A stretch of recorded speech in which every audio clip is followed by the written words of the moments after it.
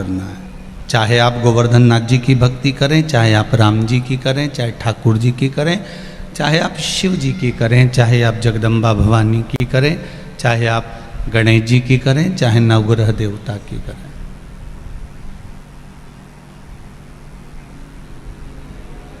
आपको ये स्मरण होना चाहिए कि भगवान की भक्ति करते समय एक लोटा पानी जब हम शंकर को चढ़ा रहे हैं, या भगवान गोवर्धन नाथ जी को भोग अरोगा रहे हैं, या ठाकुर जी का श्रृंगार कर रहे हैं, उस समय पर हमारा भाव क्या होना चाहिए?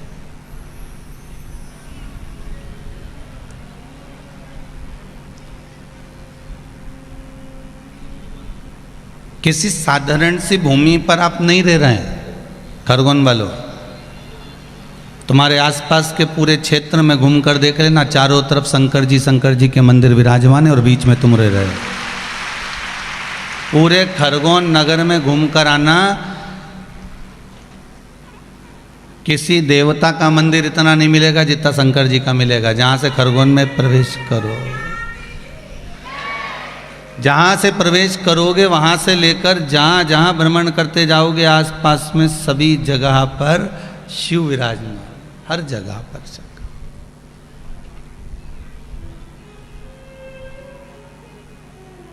शिव की उपासना,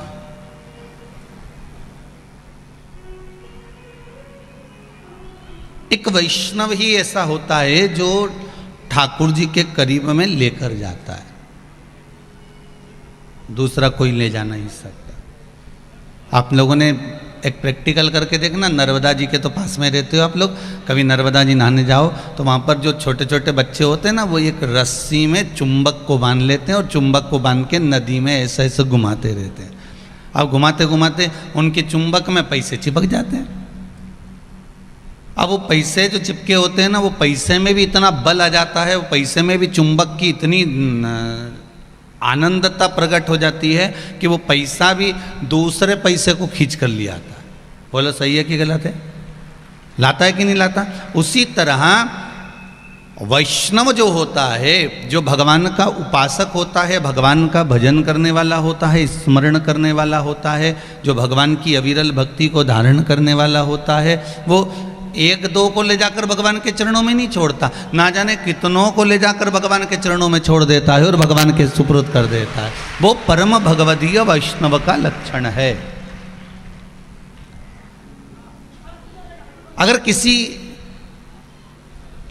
परिवार में कथा हो रही है और वो कथा अगर हो रही है और आप सब श्रवण कर रहे हैं, आप सब धारण कर रहे हैं, तो आपको इसका प्रसन्नता होना चाहिए, इसका आनंद होना चाहिए, इसका आपको एक सुख का अनुभव होना चाहिए कि महाराज आपके क्षेत्र में अगर भगवान की कथा श्रवण करने का सौभाग्य मिल रहा है तो कहीं हमारे भी पूर्वजों की कृपा हुई होगी, तब जाकर हम इस कंठा के पंडाल में पहुँचे हैं महाराज।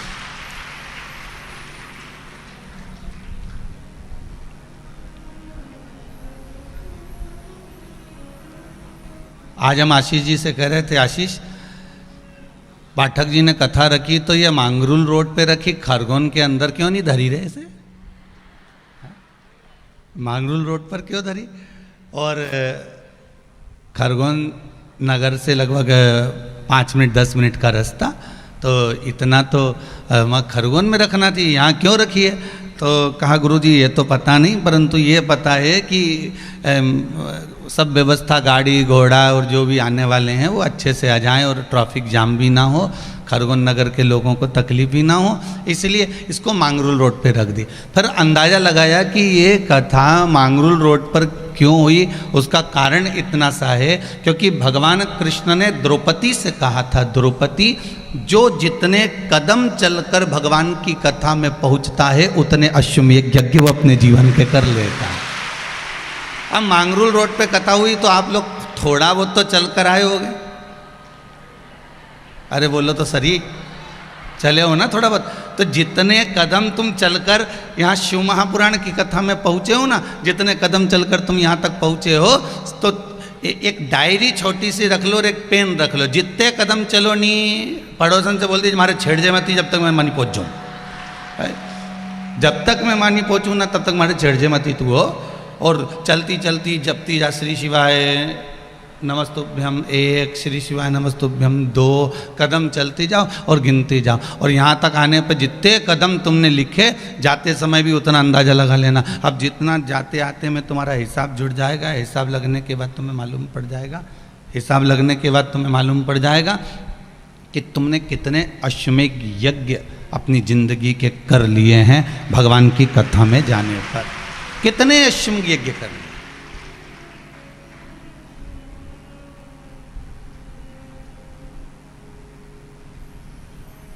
महाराज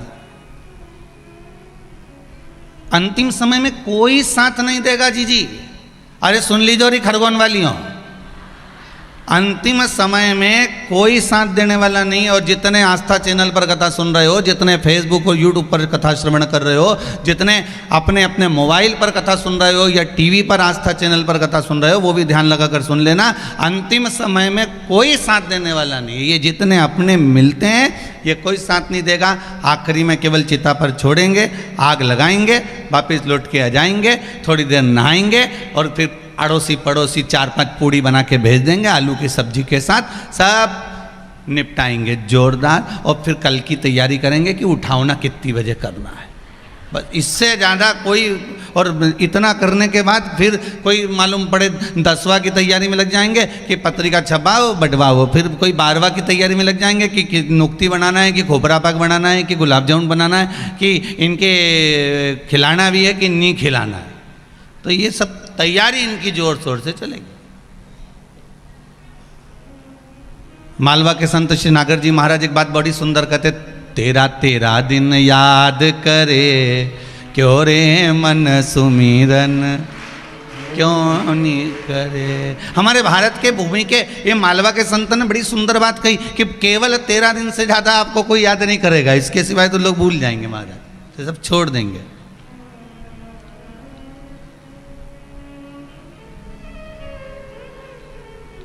महाराज जब छोड़ चलूं इस दुनिया को, होठों पे नाम तुम्हारा हो, चाहे नरक मिले चाहे स्वर्ग मिले, हृदय में वास तुम्हारा हो। नाथ ये स्वर्ग मिले चाहे नरक मिले ये तो हम नहीं कह सकते, ना हमको मालूम ना तुमको मालूम। जी तुम्हें मालूम हो तो जरूर बता देना कि तुम नरक जाओगे कि स्वर्ग जाओगे।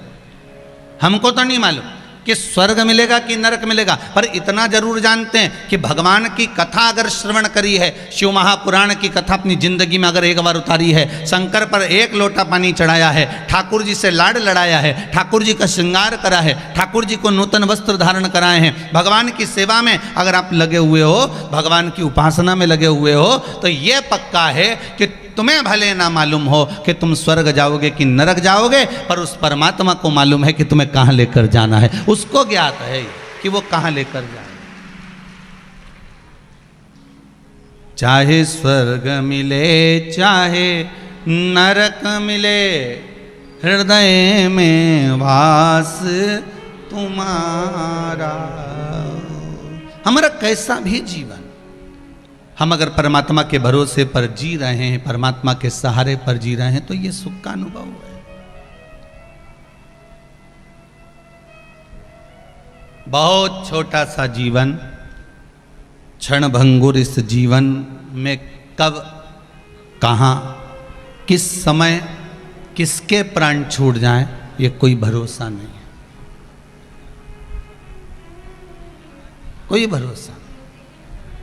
कल की ही बात, भारत माता के वीर सपूत एकदम राष्ट्र की सेवा में तेज तर्राट अनुभवी सेना नायक, भारतीय सेना को जिन्होंने आधुनिकता के भाव में ले जाकर इस राष्ट्र को हर पल एक तेज गति प्रदान करने वाले, एक वीरता का सुख का अनुभव कराने वाले महाराज जनरल श्री बिपिन रावत जी कल सपत्नी और अपने अन्य सशस्त्र बल के साथ में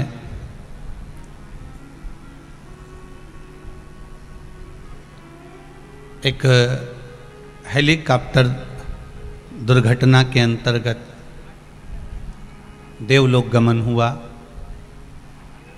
पूरे भारत की भूमि को, पूरी भारत की भूमि को सेना नायक के जाने का बड़ा दुख है। कुछ 2 मिनट का अपन भी श्री शिवाय नमस्तुभ्यम के माध्यम से श्रद्धांजलि आस्था चैनल के माध्यम से और पाठक परिवार के माध्यम से और इस व्यासपीठ और खरगोन वासियों के माध्यम से पूरे विश्व के साथ में मिलकर 2 मिनट की श्रद्धांजलि भगवान शिव के नाम के साथ में उन शहीदों को प्रदान करते हैं। श्री शिवाय नमस्तुभ्यम। श्री शिवाय, श्री शिवाय नमस्तुभ्यम। श्री शिवाय नमस्तुभ्यम। श्री शिवाय नमस्तुभ्यम। श्री शिवाय नमस्तुभ्यम। श्री शिवाय नमस्तुभ्यम। श्री शिवाय नमस्तुभ्यम। श्री शिवाय नमस्तुभ्यम। श्री शिवाय नमस्तुभ्यम। हर हर महादेव। भगवान देव अधिदेव महादेव की कथा कहती है महाराज, भगवान शिव की उपासना कहती है। आपके जीवन का जो सुख है, आपके जीवन का जो आनंद है, वो परमात्मा की शरणागति के बिना प्राप्त ही नहीं हो सकता।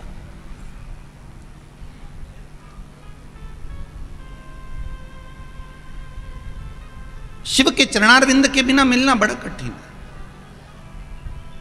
अच्छा, देवता भी ऐसे हैं बिल्कुल सरल। अन्य कोई देव हो तो उसको वस्तु की सामग्री की जरूरत पड़े। यहां तक शिव महापुराण की कथा कहती है कि आपके घर में अगर चंदन भी नहीं है तो भस्म तो होगी।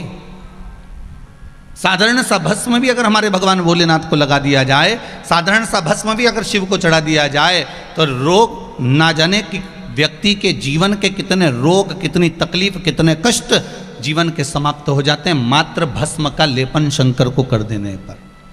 केवल एक भस्म का लेपन भी अगर हमने कर दिया,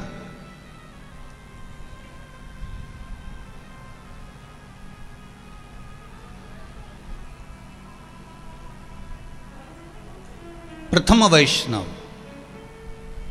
अगर कोई है तो वो शिव है। प्रथम वैष्णव।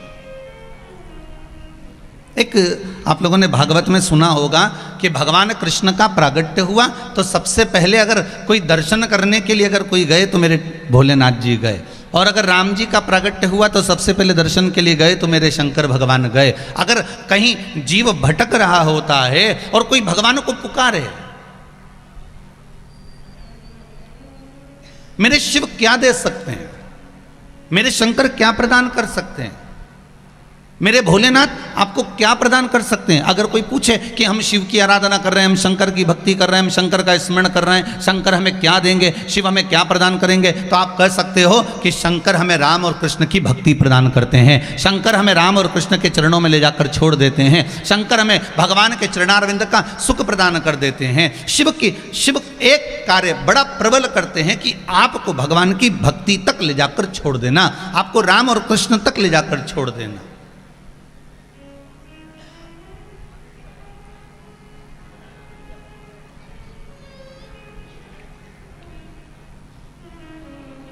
भगवान की अविरल भक्ति तक आपको पहुंचा देना।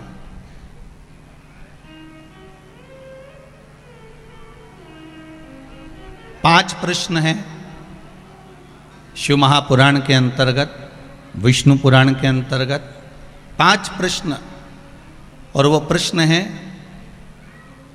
जलंधर की धर्म पत्नी वृंदा के।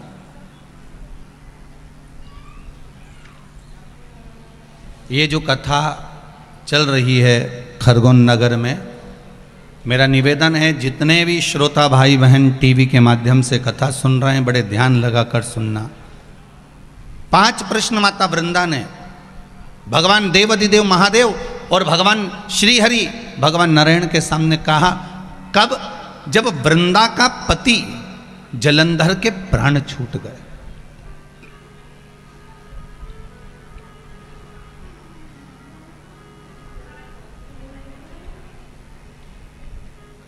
जब वृंदा के पति जलंधर के प्राण छूट जाते हैं,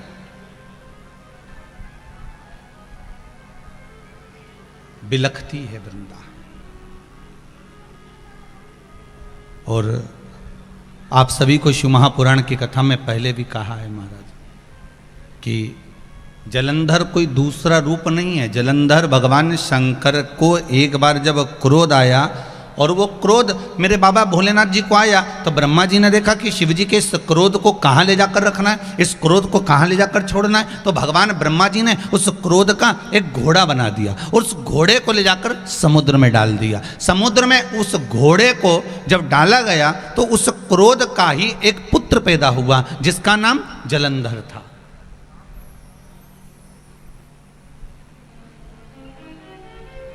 कोई दूसरा नाम नहीं उसका, उसका नाम ही जलंधर है। क्रोध को ले जाकर समुद्र में ब्रह्मा जी विचार कर रहे हैं कि इस क्रोध को कहां ले जाकर छोड़ना है, इस क्रोध को कहां ले जाकर छोड़ा जाए, इस क्रोध को कहां ले जाकर दिया जाए।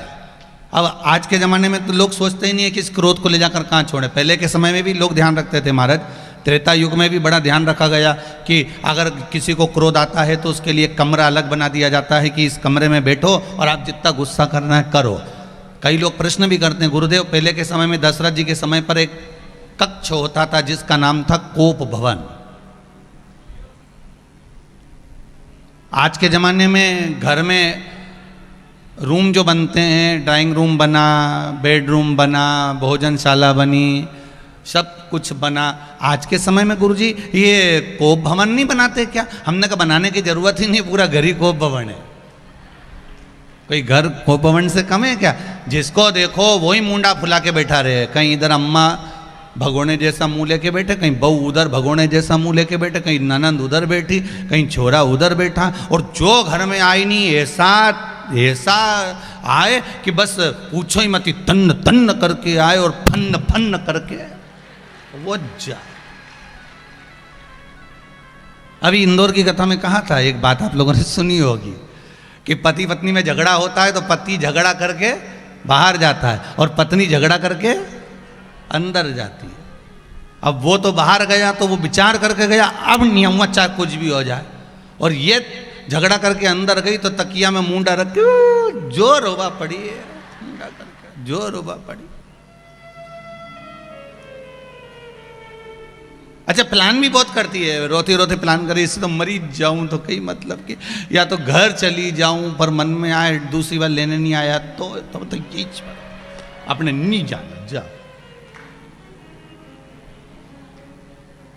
अच्छा ईमानदारी की बात बताऊं जीजियो, एक खरगोन वाली हो, बड़ी ध्यान से सुन, जो बहुत ईमानदारी की बात है। कितना ही झगड़ा हो जाए, कितना ही लड़ाई हो जाए, झगड़ा करके अंदर जाना पर बाहर मत जाना, बिल्कुल मत जाना। चाहे कोई कितना ही तुम्हें पानी पे चढ़ा दे, कोई कितना ही तुम्हें चना का झाड़ पे चढ़ा दे, पर अपने नहीं जाना तो नहीं जाना। और कोई तुमसे कहे अब जब इतनी लड़ाई हो रही है, इतना झगड़ा हो रहा है, तो जा तो मायका चली जाए, तो चुप रहे, कहे कुछ नहीं जो जा, तो अपने तो नहीं जाना, चाहे कुछ भी हो जाए, नहीं जो।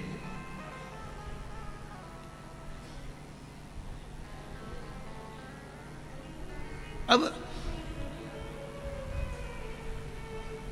भगवान शिव के क्रोध को ले जाकर वो क्रोध को कहां रखा जाए ये विचार करा जा रहा है। व्यक्ति को जब क्रोध आता है तो विचार करना पड़ता है कि इसको रखा कहां जाए, किस जगह पर इसको रखा जाए। तो ब्रह्मा जी ने उस क्रोध को समुद्र में दिया जिससे जलंधर उत्पन्न हुआ। अब जलंधर उत्पन्न तो हो गया, पर जलंधर के उत्पन्न होने के बाद में जलंधर का जो विवाह हुआ वो वृंदा के साथ में हुआ। अब वृंदा के साथ में विवाह हुआ तो जलंधर बड़ा उपद्रवी था। अब देवताओं ने कहा कि जलंधर को मारना है। भगवान शंकर के पास खबर गई तो शिव जी ने कहा मारने को तो मार सकते हैं, पर दिक्कत इतनी सी है कि वृंदा का सात्वित्व तो बड़ा प्रबल। और यदि वृंदा का सातित्व अगर इतना प्रबल है तो फिर इसको मारना मुश्किल है।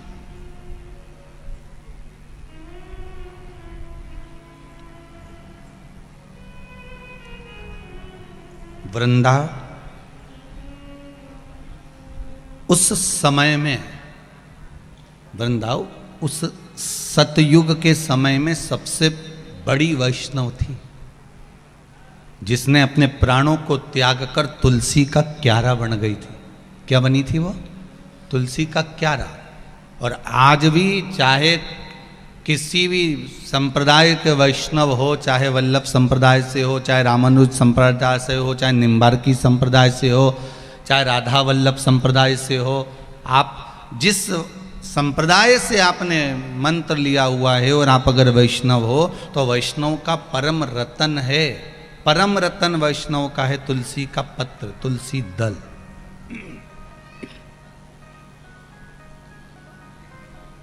परम रतन है।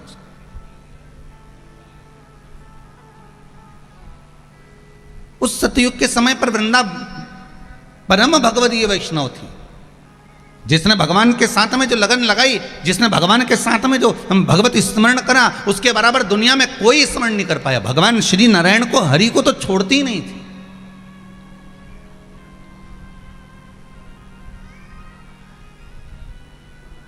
एक क्षण के लिए भगवान को नहीं छोड़ती, एक क्षण के।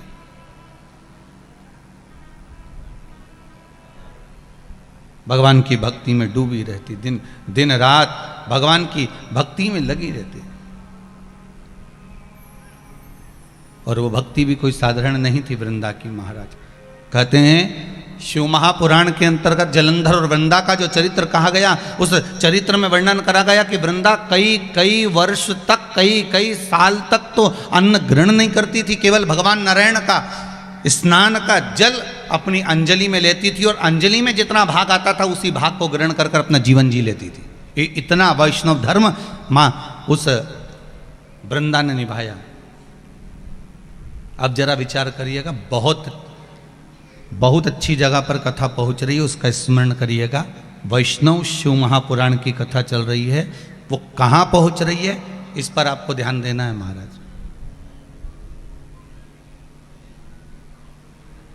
कई वर्ष तक जो केवल जल भगवान नारायण के चरणारविंद का जल, उनके स्नान का जल पीकर अपना यापन कर रही हो, कई वर्ष तक भगवान विष्णु की अविरल भक्ति में डूबी हुई हो, तो विचार करना कि वो परम भगवदीय वैष्णव कितनी होगी। और इतनी भगवान की भक्ति में डूबने वाली, इतनी भगवान का रसास्वादन करने वाली, इतनी भगवान के चरणारविंद के सेवा में लीन रहने वाली, और जब उस वृंदा के पति को मारा गया और वृंदा का पति जब मर गया तब वृंदा की आंख में जल भर गया और जल भरकर 5 प्रश्न वृंदा ने भगवान शंकर और भगवान विष्णु से करे।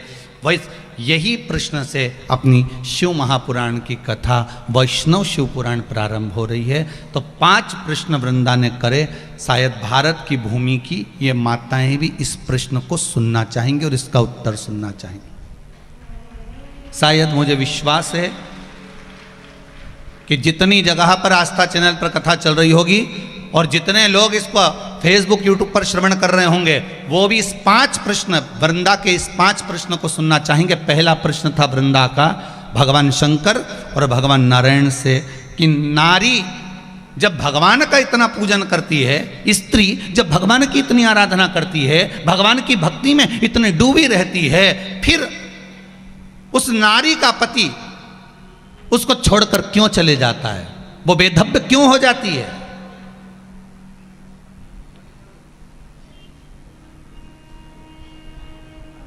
अभी कोरोना महामारी के चलते पिछले वर्ष में इतने लोग जो शांत हो गए, उस शांत होने में कई माताओं ने पत्र लिखा। जैसे आप लोग ये पत्र लिखते हो ना, ये पत्रों आप लोगों ने जो लिख लिख के भेजे हैं, ऐसे कई पत्र माताओं ने लिख लिख कर भेजे कि गुरुजी ये बताओ कि हम तो इतना भजन करते हैं, हम इतना स्मरण करते हैं, हम इतनी भक्ति धारण करते हैं, हम इतनी कथा सुनते हैं, हम इतना नाम जाप करते हैं, हम शिव के मंदिर इतने जाते हैं, हम राम के मंदिर इतने जाते हैं, हम कृष्ण के मंदिर इतने जाते हैं, हम इतना भगवान का भजन करते हैं, फिर कारण क्या हुआ कि हमारे पति हमको छोड़कर चले गए। मैंने एकादशी का व्रत करा, मैंने प्रदोष का व्रत करा, मैंने शिवरात्रि का व्रत करा, मैंने तीज का व्रत करा, छोटी तीज, बड़ी तीज, ये तीज, वो चतुर्थी, पंचमी, छठ, अष्टमी, सारे व्रत हमने करे, फिर कारण क्या, फिर क्या कारण? और केवल खरगोन के लोग इस प्रश्न को नहीं सुनना चाह रहे हैं, पूरा विश्व इस प्रश्न को सुनना चाह रहा है कि जो वृंदा ने जो प्रश्न करा है वैष्णव धर्म के अंतर्गत करा है कि जब परम भगवदीय वैष्णव, जब भगवान का भजन करने वाला, भगवान की उपासना करने वाला वैष्णव कहते ही किसको है? जो भगवान की भक्ति में डूबा।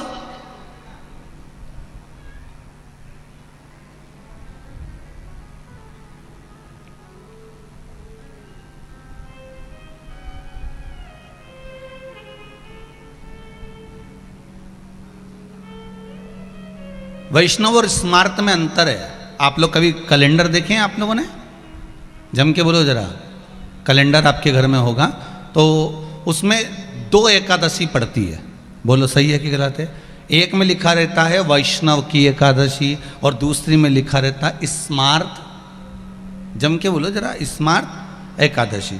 अब लोगों उनको चक्कर में पड़ जाते हैं कि हम ये करें कि ये करें, पर शिव महापुराण की कथा कहती है कि तुम्हारी मर्जी पड़े जो करो, तुम तो बड़े पर करो जरूर। हम तो यहाँ तक कहते हैं वल्लभ कुल की एकादशी करो, भले बकरी जैसे चरो पर करो, पर अपने को छोड़ना नहीं है एकादशी। भले तुम वैष्णव धर्म की कर लो चाहे स्मार्ती की कर लो, पर करो।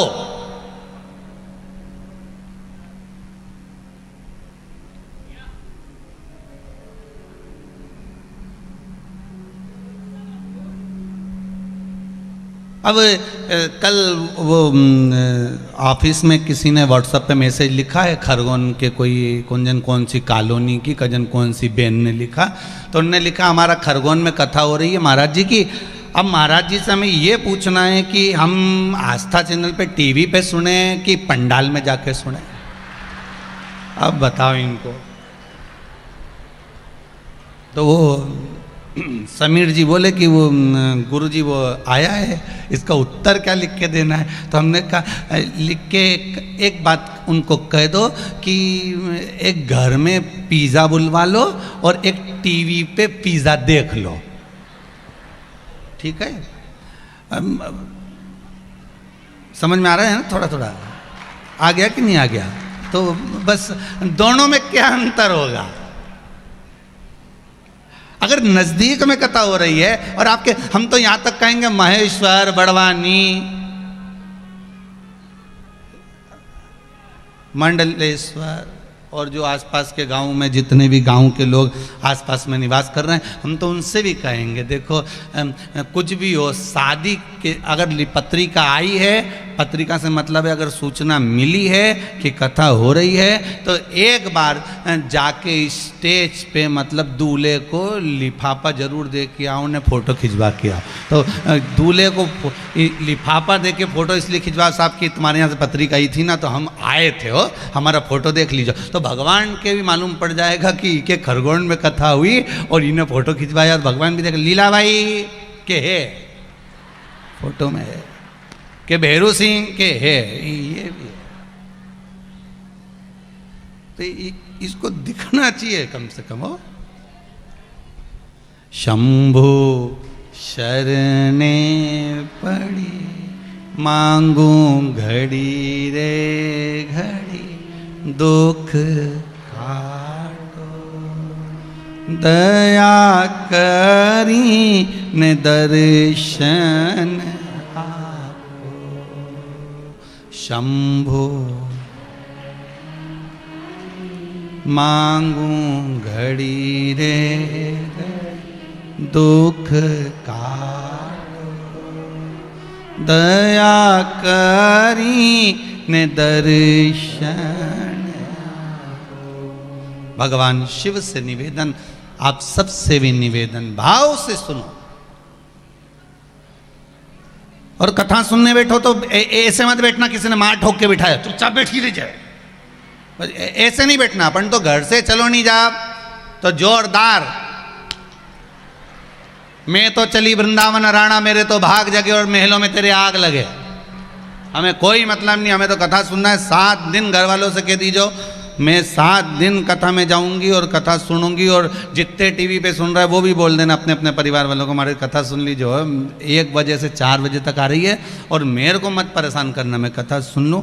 पहला प्रश्न है वृंदा का, जो संपूर्ण विश्ववासियों को सुनना है उसका उत्तर कि महाराज जब हम इतना पूजन करते हैं, इतने व्रत करते हैं, जितना तो पुरुष व्रत नहीं करता, जितना पति व्रत नहीं करता उतना नारी तो करती है ना। चतुर्थी का व्रत करती, तीज का व्रत करती, छठ का व्रत करती, सोमवार करे, मंगलवार करे, 16 सोमवार करे, संतोषी माता का व्रत करे, कहीं लक्ष्मी जी का व्रत करे, कहीं तीज का व्रत करे, कहीं कोई सा व्रत करे, कहीं किसी का उद्यापन करे, कहीं एकादशी का व्रत करे, कहीं प्रदोष करे, कहीं संक्रांति करे, कहीं 16 सोमवार, सारे व्रत माताएं करती है। तो वृंदा का पहला प्रश्न है, जब नारी इतने प्रेम से भगवान को रिझाती है, मंदिर जा जाकर पूजन करती है, रात रात भर बैठकर जागरण करती है, ढोलक बजाकर मंजीरा बजाकर कीर्तन करती है, एकादशी का भजन करती है, फिर नारी के भाग्य में ही ये क्यों लिखा होता है कि नारी के सामने कई नारियों का पति चले जाता है, उसको वेधव्यता का जीवन जीना पड़ता है। जैसे जलंधर की जाने के बाद वृंदा अकेली पड़ गई, तब वृंदा ने शंकर और भगवान नारायण से यह प्रश्न किया। वैष्णव का, एक परम भगवदीय वैष्णव का उस परमात्मा से प्रश्न है।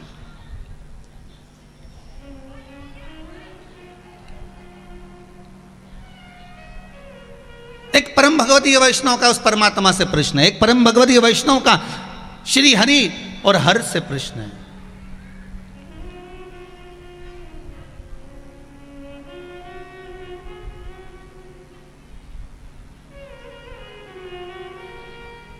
एक भगवान का भक्त भगवान से प्रश्न कर रहा है कि आप उत्तर दो, क्यों, किस लिए, क्या कारण है कि नारी को ये दुख झेलना पड़ता है वैधव्यता का। वो कितनी उपासना करती है, केवल इसलिए करती है कि महाराज, वो उपासना इसलिए करती है कि प्रभु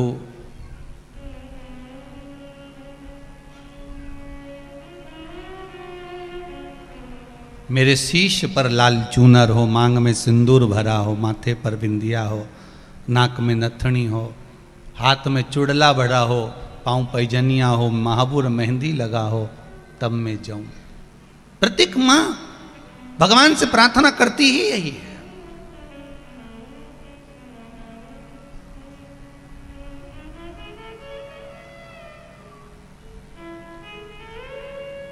प्रत्येक मां करती।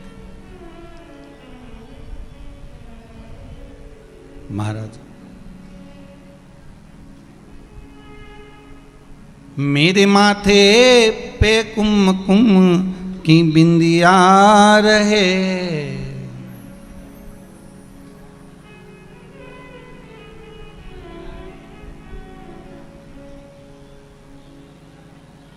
हे मां, हे जगत जननी, हे मेरे भोलेनाथ, हे श्री नारायण, हे लक्ष्मी मैया, मेरे माथे पे कुमकुम की बिंदिया रहे और मैया कोई कामना ही नहीं। मेरे माथे पे कुमकुम की बिंदिया रहे और मैया कोई कामना ही नहीं। मेरे हाथों में भर भर के चूड़ियाँ रहे, मेरे हाथों में भर भर के चूड़ियाँ रहें और मैया कोई कामना ही नहीं। माँ, इसके सिवाय कोई कामना नहीं हमारी, कोई कामना। फिर क्यों ऐसा हुआ? तब भगवान नारायण कुछ नहीं बोले। क्यों नहीं बोले? क्योंकि वृंदा के सातित्व को नारायण ने डिगाया था।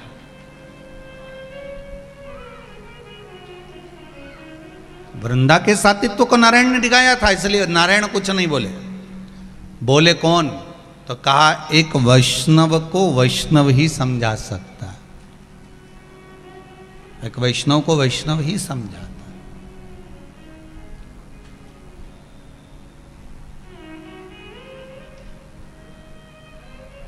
एक घर में दादाजी मर गए। अब दादाजी मर गए तो सब बहुएं रो रही थी।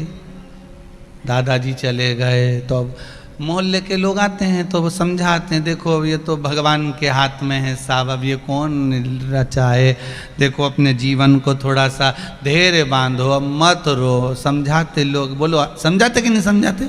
समझाते हैं ना। जब किसी के मरे में जाओ तो समझाते हैं कि देखो अब जो तो लिखा है भाग्य में वो तो होकर रहेगा, अब उसको क्या कर सकते हो। कितना विचित्र जीवन है। उसके दादा शांत हुए तो तुमने जाकर समझाए और तुम्हारे दादा निपटे। कौन आया? जिसको तुमने समझाया था वही पलट के, अब क्या कर सकते हैं। देखो जीवन बड़ा छोटा सा है। ये पक्का है कि जिसने बैटिंग करी है वो बॉलिंग भी करेगा और जिसने बॉलिंग करी है वो बैटिंग भी करेगा। ये पक्का। मतलब दुख सुख मनुष्य के जीवन में कभी भी किसी जगह, हर पल, हर घड़ी, हर क्षण कहीं पर भी आ सकता है। कोई जरूरी नहीं है। जब भगवान राम वापिस वनवास से लौट कर आए और मेरे राघव जी जब वन लौट कर आए तब माता कौशल्या जी ने कहा, हे भरत, शत्रुघ्न, उर्मिला, मांडवी, श्रुतकीर्ति, जाओ जरा ऐसा प्रयास करो, जाओ जाकर भगवान राम लौट कर वन से आए, जिसको जो मांगना है मांग लो। आज मेरा राम राजा बनकर बैठा है, जिसको जो मांगना है मांगो मांगो, मांग लीजिए। अब भरत जी ने मांगा, भैया मुझे कुछ नहीं चाहिए, मेरे को तो आपके चरणों का राज चाहिए। भरत जी ने चरणारविंद मांग लिए। फिर शत्रुघ्न से कहा, तुम मांग लो भैया राम से। शत्रुघ्न जी ने कहा, भैया मेरे को तो कुछ नहीं चाहिए, मुझे भरत भैया के चरण चाहिए। ठीक है। अब लक्ष्मण जी से कहा, तुम मांग लो। लक्ष्मण जी बोले, मुझे कुछ नहीं चाहिए, मुझे तो आपकी सेवा चाहिए। ठीक है। मांडवी को बुलाया, उर्मिला को बुलाया, सबने मांगा। बाद में आई श्रुतकीर्ति। माता श्रुतकीर्ति आई और श्रुतकीर्ति से कहा माता कौशल्या ने, आज भैया राम तुम्हारे राजा बने हैं, मांग लो क्या चाहिए। सबने मांग लिया, तुम ही रह गई हो, बोलो क्या चाहिए। श्रुतकीर्ति ने हाथ जोड़कर पहले राम जी से कहा, प्रभु राम से हाथ जोड़कर कहती है श्रुतकीर्ति, जो मांगूंगी दे दोगे? जो मांगूंगी वो दे दोगे आप? इतने में कौशल्या जी खड़े होकर बोली, पहले तो श्रुतकीर्ति आप जरा वाणी के लिहाज से बात करो। सामने जो सिंहासन पर बैठा है वो राजा राम है। जो सिंहासन पर बैठा है वो राजा राम है। जो सिंहासन पर बैठा है तुम्हारी बहन का पति है। जो सिंहासन पर बैठा है वो तुम्हारा जेठ है। जो सिंहासन पर बैठा है वो तुम्हारा बड़ा, घर का बड़ा है। वो जरा किस तरह से बात करना है तुम्हें समझना होगा। क्या चाहिए बोलो। श्रुतकीर्ति कहती है माता कौशल्या जी से, माँ अब मुझे केवल भैया राम से मांगना है, अब सब चुप हो जाओ, मैं जो इनसे मांगूंगी उन्हें देना पड़ेगा। कि कई को घबराहट होने लगी कि एक बार मैंने राम को वन भेज दिया था, दूसरी बार मुझे लगता है अब की बार श्रुतकीर्ति भेज देगी। जो मांगूंगी दोगे? जो मैं मांगूंगी वो देना पड़ेगा,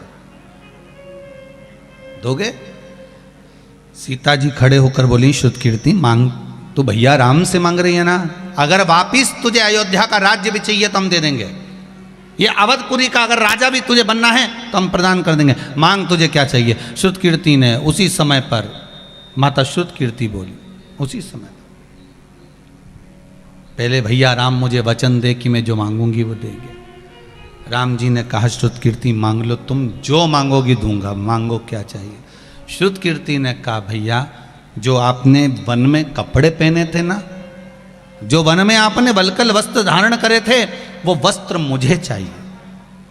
तो राम जी ने पूछा श्रुत कीर्ति तुम इस वस्त्र का क्या करोगी, जो मैंने वन में पहने थे उन कपड़ों का करोगी क्या। श्रुत कीर्ति कहती हैं भैया जो कल राजा बनने वाला था, एक रात में सत्ता पलट गई और वो वन वन डोलता फिरा, तो जीवन का क्या भरोसा है कब किसको कौन से कपड़े पहनने पड़ जाएं, इसलिए वो कपड़े में संभाल कर रखना चाहिए। वो वस्त्र मुझे दे दीजिए, वो वस्त्र मेरे पास होना चाहिए। जीवन का क्या ठिकाना।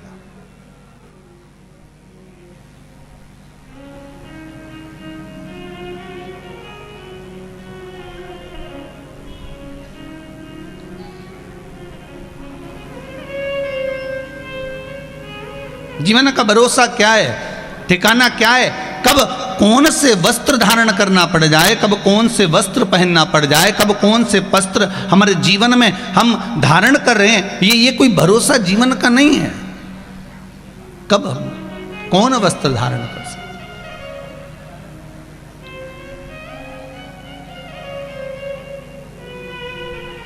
कोई भरोसा, कोई भरोसा है क्या, कोई भरोसा।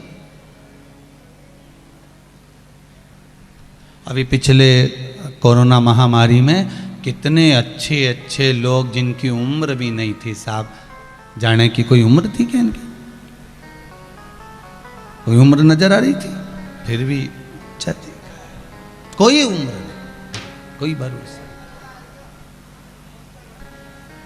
और भगवान से प्रार्थना करना,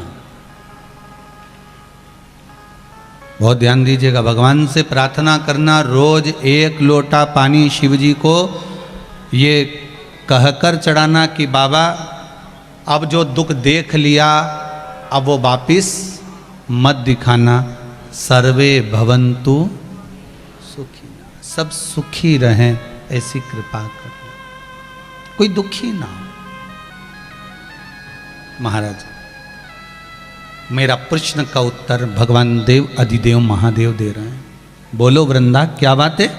वृंदा कहती बस प्रभु बात इतनी सी है, आप मुझे ये बता दो कि हमने इतना भजन करा, हमने इतनी तप करा, हमने इतनी साधना करी, हमने इतनी पूजन करी, हमने इतना मंत्र जाप करा, हमने इतना नाम जाप करा, हमने इतना व्रत साधना करी, फिर मेरे पति को क्यों मारा गया।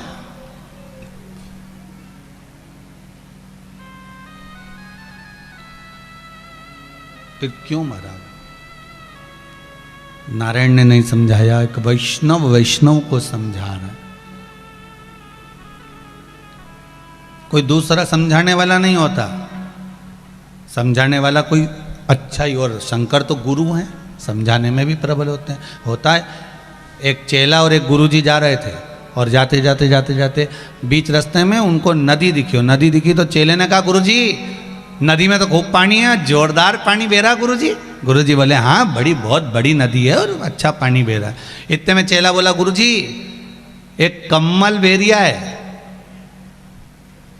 कम्मल बह के जा रहा है, मेरा मन कर रहा है कि इस कम्मल को लेके आ जा, फ्री का ही तो है। गुरुजी बोले ज्यादा फ्री का सामान नहीं ढूंढना अपने को, ये फ्री के चक्कर में कई बार अपन ही फ्री हो जाते हैं, तो फालतू के चक्कर में पड़ मती, तेरे को समझा रहा हूं। नहीं गुरुजी कम्मल अच्छा दिख रहा है, पानी में बह रहा है, इसका तो कोई मालिक भी नजर नहीं आ रहा, मैं तो जाऊंगा और लाऊंगा। गुरुजी समझाए, गुरु ने कह दिया नहीं जाना तो नहीं जाना, चेला नहीं माना, नहीं गुरुजी मैं तो जाऊंगा। और गुरु वो तो कूद गया पानी में, और कम्मल लेने जैसे ही पहुंचा, अब वो कम्मल तो नहीं था ने भालू था।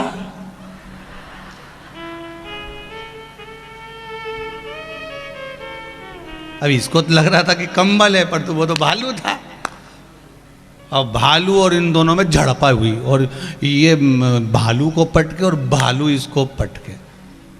अब गुरुजी को लगा बताओ, ऐसा लगता है कि कम्मल पानी में ज़्यादा गीला हो गया है, इसलिए इससे उठ नहीं दिया। तो गुरुजी उधर से चिल्लाए, कम्मल छोड़ दे, ऐसे ही आजा। चिल्ला के बोला, कम्मल तो छोड़ रहे हो पर कम्मल मुझे नहीं छोड़ रहा है। अब वो कम्मल ये छोड़ने को तो यार, कम्मल ही के नहीं छोड़ रहा, वो भालू इसको नहीं छोड़ रहा, पकड़। वो ई पे चढ़े, वो ऊपर चढ़े। अब गुरुजी सोचे, बताए कैसा बावरा पगला है, मैं नदी में कम्मल ओढ़ने की क्या जरूरत है। अब ये कम्मल के नीचे घुसे, अब इसको लगे कि कम्मल ओढ़ रहा है, इसको कहीं मालूम कि वो भालू के नीचे तमीच रही है। अब इसके तो संपटना ही।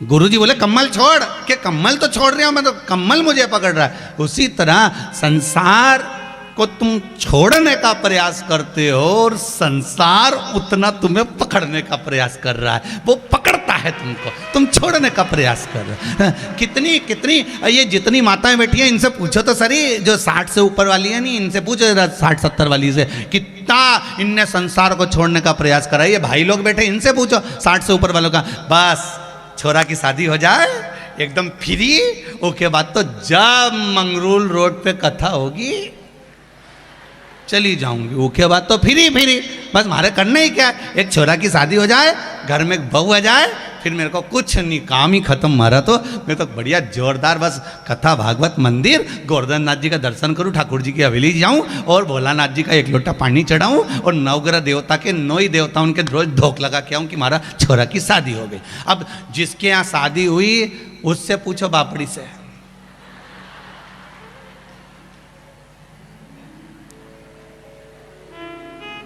पहले तो अपने मन से खा भी लेती थी, पर जब से घर में जगदम्बा बरसी है तब से तो पूछो ही मत ही दादा।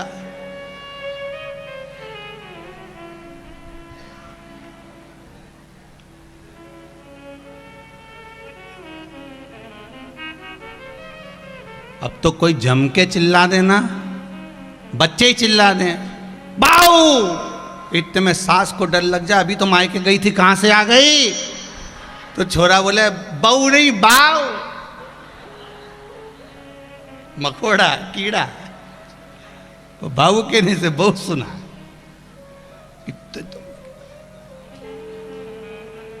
फिर सोचा भगवान बस कृपा हो गई, घर में बहू आ गई, इसका छोरा छोरी हो जाए एकदम फ्री।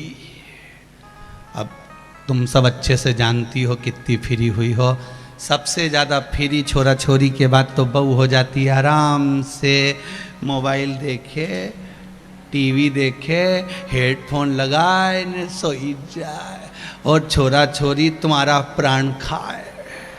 दादी दादी वही ये डोकरा उन जी का भी सबका दादाजी दादाजी दादाजी, और फिर एक आध बार दादाजी दोच दे ना, पक्के जा अपना बाप का पास, जा अपनी मम्मी के पास, जा कहीं हमारे पास पड़े जा, निकल उधर से। फिर वो रोता रोता उसकी मम्मी के पास जाए, फिर मम्मी उसको धो दे, तो गया क्यों था दादाजी के पास, अब मत जाना कभी भी। और भगोना हो गया मुंडा, भगोना। 15 दिन से दादाजी छोरा छोरी संभाल रहे, दादी छोरा छोरी संभाल रहे। एक बार अगर डांट दिया, भगा दिया, और इसकी दिन की जो नींद का समय है वो डिस्टर्ब हो गया नहीं, फिर तो साफ, फिर तो हम मत जाना, हम मत करना, ऐसा मत जाना, हो समझा दे, बढ़ा दे।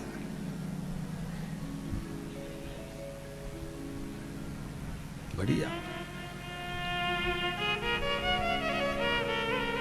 अब तुम संसार को छोड़ रहे हो, वो कम्मल को छोड़े, पर कम्मल उसको छोड़े।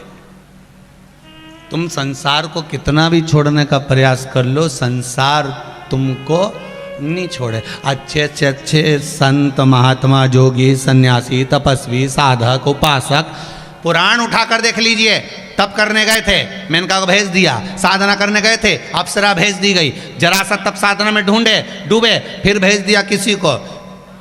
वो कुछ भी कर सकता है। तुम संसार को छोड़ोगे, वो संसार फिर पकड़ा देगा।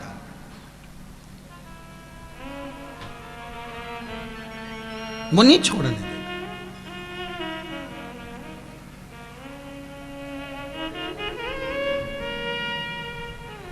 वो नहीं छोड़ने देगा। शिव पुराण कह रही है, शंकर भगवान ने कहा, सुनो ए वृंदा, तुम्हारा प्रश्न है कि तुम पूजन करती हो, पाठ करती हो, अर्चना करती हो, आराधना करती हो, सेवा करती हो, चाकरी करती हो, तुम व्रत करती हो, उसके बाद भी नारी का पति क्यों चले गया, उसका कारण क्या था? वृंदा सुनो,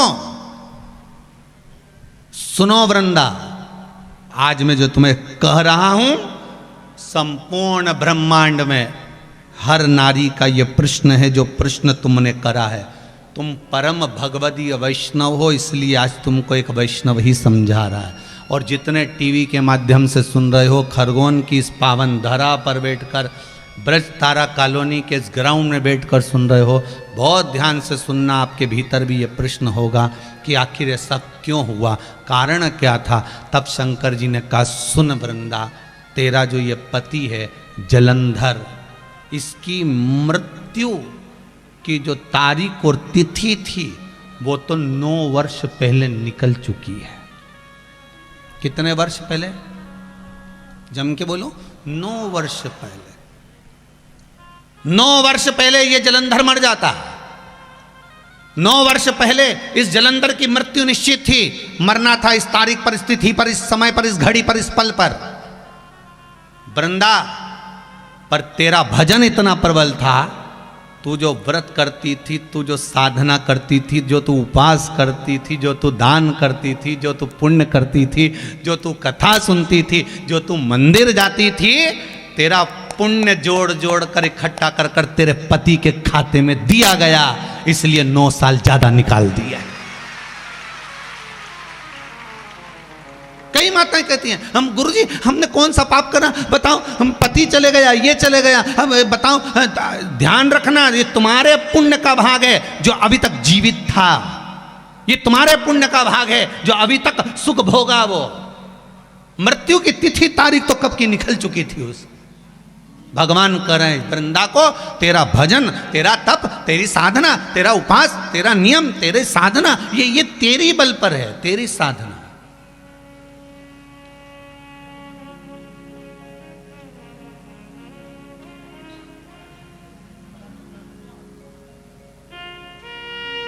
ये तेरी साधना है जो तेरे बल पर जीवित है। मेरा माताओं से निवेदन है, कई माताओं का प्रश्न था, गुरुजी ये कोरोना महामारी में हमारा पति चले गया, कोई कहती है मेरा ससुर चले गया, कोई कहता है मेरा ये चले गया। आप तब साधना का अंदाजा लगाइएगा, ये कभी भी इसके तो ग्रह थे, जाना था, पर भगवान देवाधिदेव महादेव ने बचा कर रखा था। भगवान ने तुम्हारे पुण्य के भाग से थोड़ा बहुत उम्र और दे दी थी कि ले भजन कर, स्मरण कर, दान कर, पुण्य कर, संकीर्तन कर, नाम जाप कर, ये फिर नहीं मिलने वाला।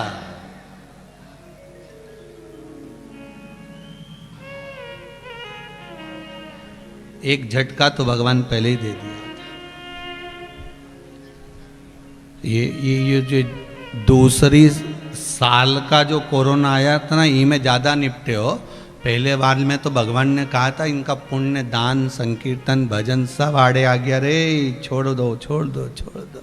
उसके बाद वाला में जब पुण्य सब समाप्ति पर अब देख लिया, अब क्या करना चाहिए, तो क्या अब उम्र को ज़्यादा नहीं बढ़ा सकते। रबड़ जो होता है ना, वो बैंड क्या बोलते हैं उसको, रबड़ जो नोट की गड्डी पे लगाते हैं, तो वो रबड़ जो होता है ना, बाल में लगाने वाला, नोट की गड्डी पे लगाने वाला, मिठाई का डब्बा पे लगाने वाला, सब तरह का रबड़ आता है। छोटा भी आता है नोट की गड्डी का, उससे बड़ा है उस पर मिठाई का डब्बा, 1 किलो वाला, फिर 2 किलो वाला डब्बा, 5 किलो वाला डब्बा, सबका रबड़ अलग अलग होता है। अब तुम जो नोट की गड्डी का रबड़ है वो क्या मिठाई के डब्बा में फंसाओ, टूटेगा कि नहीं टूटेगा? अरे बोलो तो जम के, टूटेगा ना, तो वो उसमें फंसे ही नहीं। अब 1 किलो का मिठाई का रबड़ तुम 10 किलो में लगाओ तो वो लगेगा। पना उतना जितना पन जाए, उसके बाद अगर पनेगा तो टूटेगा जरूर। उसी तरह तुम्हारा पुण्य पनता गया, पुण्य बढ़ता गया, संकीर्तन बढ़ता गया, दान बढ़ता गया, तो भगवान भी उम्र बढ़ाता गया। पर जब देख लिया कि अब रबड़ नहीं तन सकता, अब जो टूट जाएगा, क्योंकि ये 10 किलो के डब्बे में लगा रहे हैं वो नोट की गड्डी का रबड़, तो फिर भगवान ने कभी टूटेगा जरूर, तो वो आखिरी में टूट ही गया। फिर वो नहीं, फिर नहीं रहा।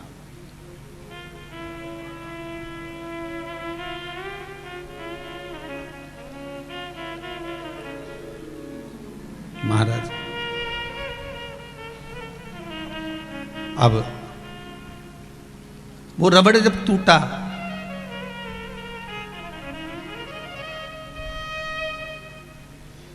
बड़ा हुआ, टूट गया। भगवान से कहो, हे प्रभु, जैसे भगवान शिव कह रहे हैं, वृंदा तेरा पहला प्रश्न है कि इतना भजन पूजन करने वाली नारी, इतना तप करने वाली, व्रत करने वाली, तीज, चतुर्थी, छठ, नवरात्रे का व्रत करे, पाँव में चप्पल नहीं पहने, इतना व्रत करने वाली को भी ऐसा दिन क्यों देखना पड़े? तो ये समझ ले, उसको जीवित तेरे भाग्य से रखा था, मरना तो पहले ही था, रखा।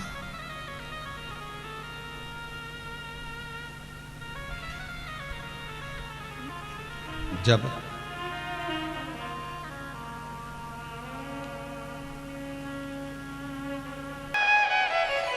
आप कितने बढ़िया बोले,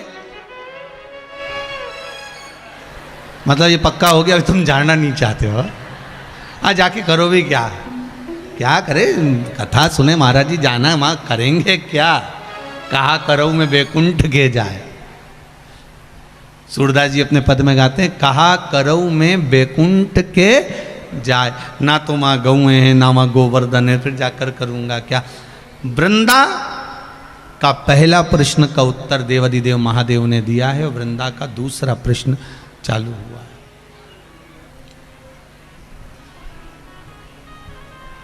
वृंदा का दूसरा प्रश्न, महाराज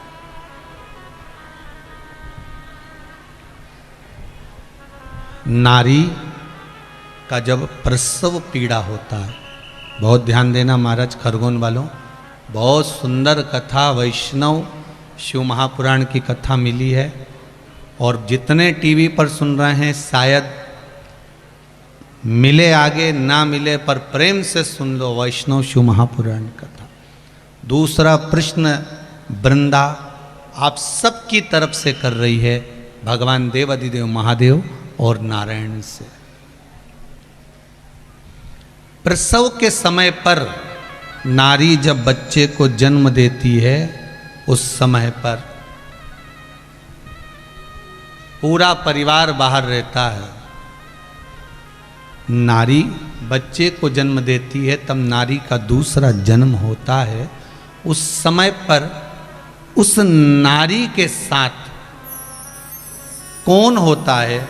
वो नारी को प्रसव के समय पर धैर्य देने वाला, बल देने वाला, उस समय पर उस नारी के साथ कौन होता है? ये वृंदा का दूसरा प्रश्न है, और बहुत सावधानी से सुनिएगा इस प्रश्न का उत्तर।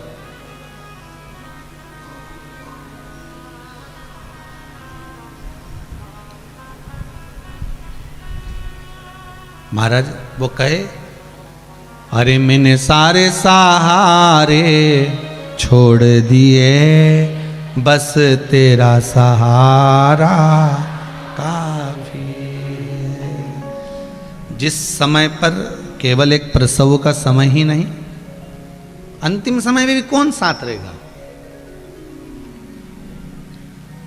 यमराज बनावे बंदी और काया हो गई गंदी। गंदी से मतलब समझ में आता है ना आप लोगों को?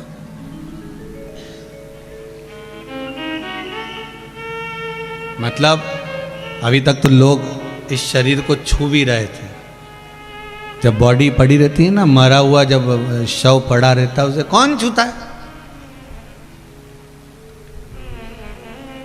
कौन छू?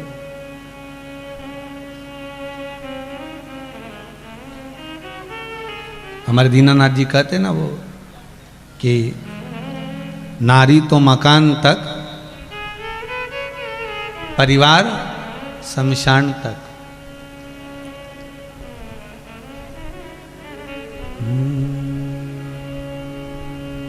साथी है मित्र गंग के जल बिंदु पान तक, अर्धांगनी बढ़ेगी तो केवल मकान तक परिवार के सब लोग चलेंगे इस मसान तक। बेटा भी हक निभाएगा तो अग्निदान तक। इससे तो आगे भजन ही है साथी, भजन के बिना अकेला रहेगा। उसकी बात कोई साथ नहीं, केवल तुमने जो भजन करा, तुमने जो मंत्र जपा, तुमने जो स्मरण करा, तुमने जो नाम लिया, तुमने जो कीर्तन किया, वही तुम्हारा है। शिव महापुराण की कथा अगर आप भले टीवी पर सुन रहे हो, भले खरगोन में सुन रहे हो, गांव गांव से आकर इस मैदान में बैठकर कथा श्रवण कर रहे हो, इतना याद रखना, ये सोना, ये चांदी, ये जायदाद, ये जमीन, ये परिवार, ये कुटुंब सब यहीं रह जाएगा, पर तुमने जो 7 दिन की शिव महापुराण कथा सुनी है वो तुम्हें परमात्मा के धाम तक लेकर जाए। कोई ले जाए ना ले जाए, वो आग लगाकर छोड़ देंगे। इससे तो आगे भजन ही साथी, हरि के भजन बिन अकेला रहेगा। कौन जाने वाला है, कौन तुम्हारे साथ देने वाला है, कौन? और घबराना मती, जितने शिव महापुराण की कथा सुन रहे हो 1% मत घबराना। अंतिम समय में अगर सामने मौत भी खड़ी है, दुख भी सामने खड़ा है, घबराना नहीं है। हमारा शंभु हमारे साथ हर पल खड़ा हुआ है, ये हमारे भीतर बल। ये कई माताओं ने प्रश्न बहुत सुंदर बात लिखी है।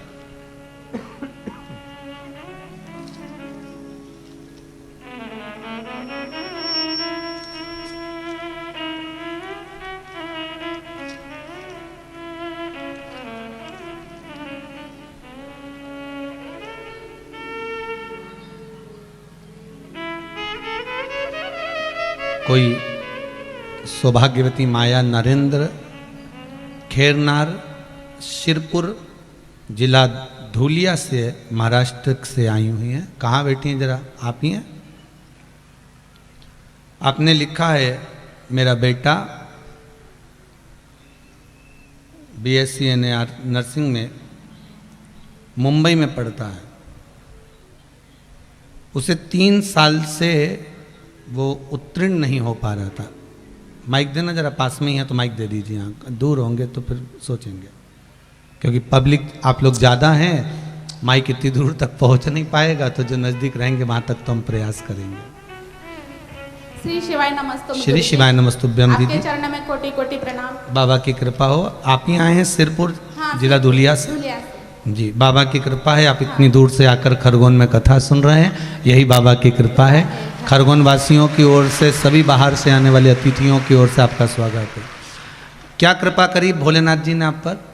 मेरा बेटा 3 साल से लगातार 1-1, 2-2 विषय में फेल होता था, और मैंने पशुपति व्रत 2 ही किए, उसमें लास्ट ईयर में फर्स्ट क्लास से पास हो गए। बाबा की कृपा है। बाबा की कृपा। श्री शिवाय नमस्तुभ्यम। बैठिए बैठिए बैठिए। हर हर श्री शिवाय नमस्तुभ्यम गुरुजी। बाबा की कृपा। श्री शिवाय नमस्तुभ्यम। बाबा की कृपा ही कुछ ऐसी है महाराज। एक बड़ा सुंदर भाव एक किसी ने और लिखा है महाराज जी। श्रीमती कलावती किशोरी लाल धामंडे खरगोन से हैं। कहाँ बैठी हैं? कहीं बैठे हो तो हाथ उठाइए या हाथ हिलाइए। उधर पंडाल के बाहर हो या पंडाल के इधर उधर हो। आप ही ने लिखा है? माइक पहुंच सकता है क्या?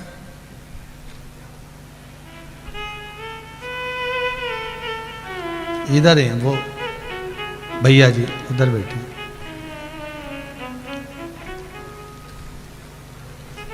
बड़ा सुंदर अपने भाव लिखा है इसमें। श्रीमती कलावती किशोरी लाल जी दामंडे खरगोन से हैं। आपने बड़ी सुंदर बात लिखी है। श्री शिवाय नमस्तुभ्यम। हमारे बच्चे ने जून में 2021 में MBA किया, उसके बाद से सर्विस के लिए बहुत इंटरव्यू दिए। श्री शिवाय नमस्तुभ्यम। श्री शिवाय नमस्तुम बाबा जी। कहाँ से हैं दामंडी जी? खरगोन से हूँ। बहुत बहुत बाबा की कृपा हो, आपकी नगरी में बाबा की कथा हो रही है। बाबा स्वयं आए हैं कुबेर भंडारी। बहुत सुंदर बात आपने लिखी है। क्या बाबा ने कृपा करी आपके ऊपर? बाबा जी मेरे बच्चे ने MBA किया है और ये सर्विस के लिए ट्राई कर रहा था, जी। पर 20 अक्टूबर को शरद पूर्णिमा के दिन सीहोर गुबरेश्वर धाम के दर्शन करने गए, तो उसी दिन रात को घर आए, पर दूसरे दिन सुबह 11 बजे 11:15 बजे उसको मेल आ गया व्हाट्सएप पे कि आपको ज्वाइन करना है बैंक में। बधाई हो, बहुत बहुत बधाई। बेटे का जो जॉब लगा है कुबेर भंडारी की कृपा आप पर ऐसी बनी रहे। श्री शिवाय नमस्ते। विराजिए। बड़ी कृपा है मेरे भोलेनाथ की। और एक नहीं, बहुत सारे पत्र मैंने जितने 2-1 पढ़ने में आए हैं, जितना पढ़े हैं, बाकी के यहीं पर रहते हैं। आप बाद में भी उसको पढ़ सकते हो, कोई दिक्कत नहीं। और जो ध्यान में रहेगा आप बता दिया जाए।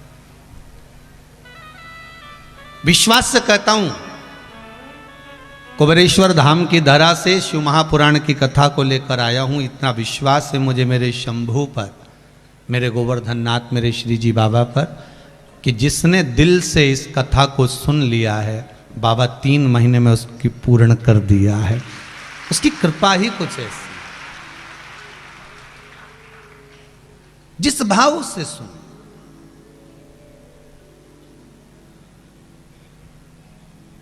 और फिर निवेदन करूंगा खरगोन वालों, नजर उतरवा लेना, तुम्हारे ऊपर तो भोलेनाथ जी की तुरंत कृपा हो गई। बड़ी कृपा।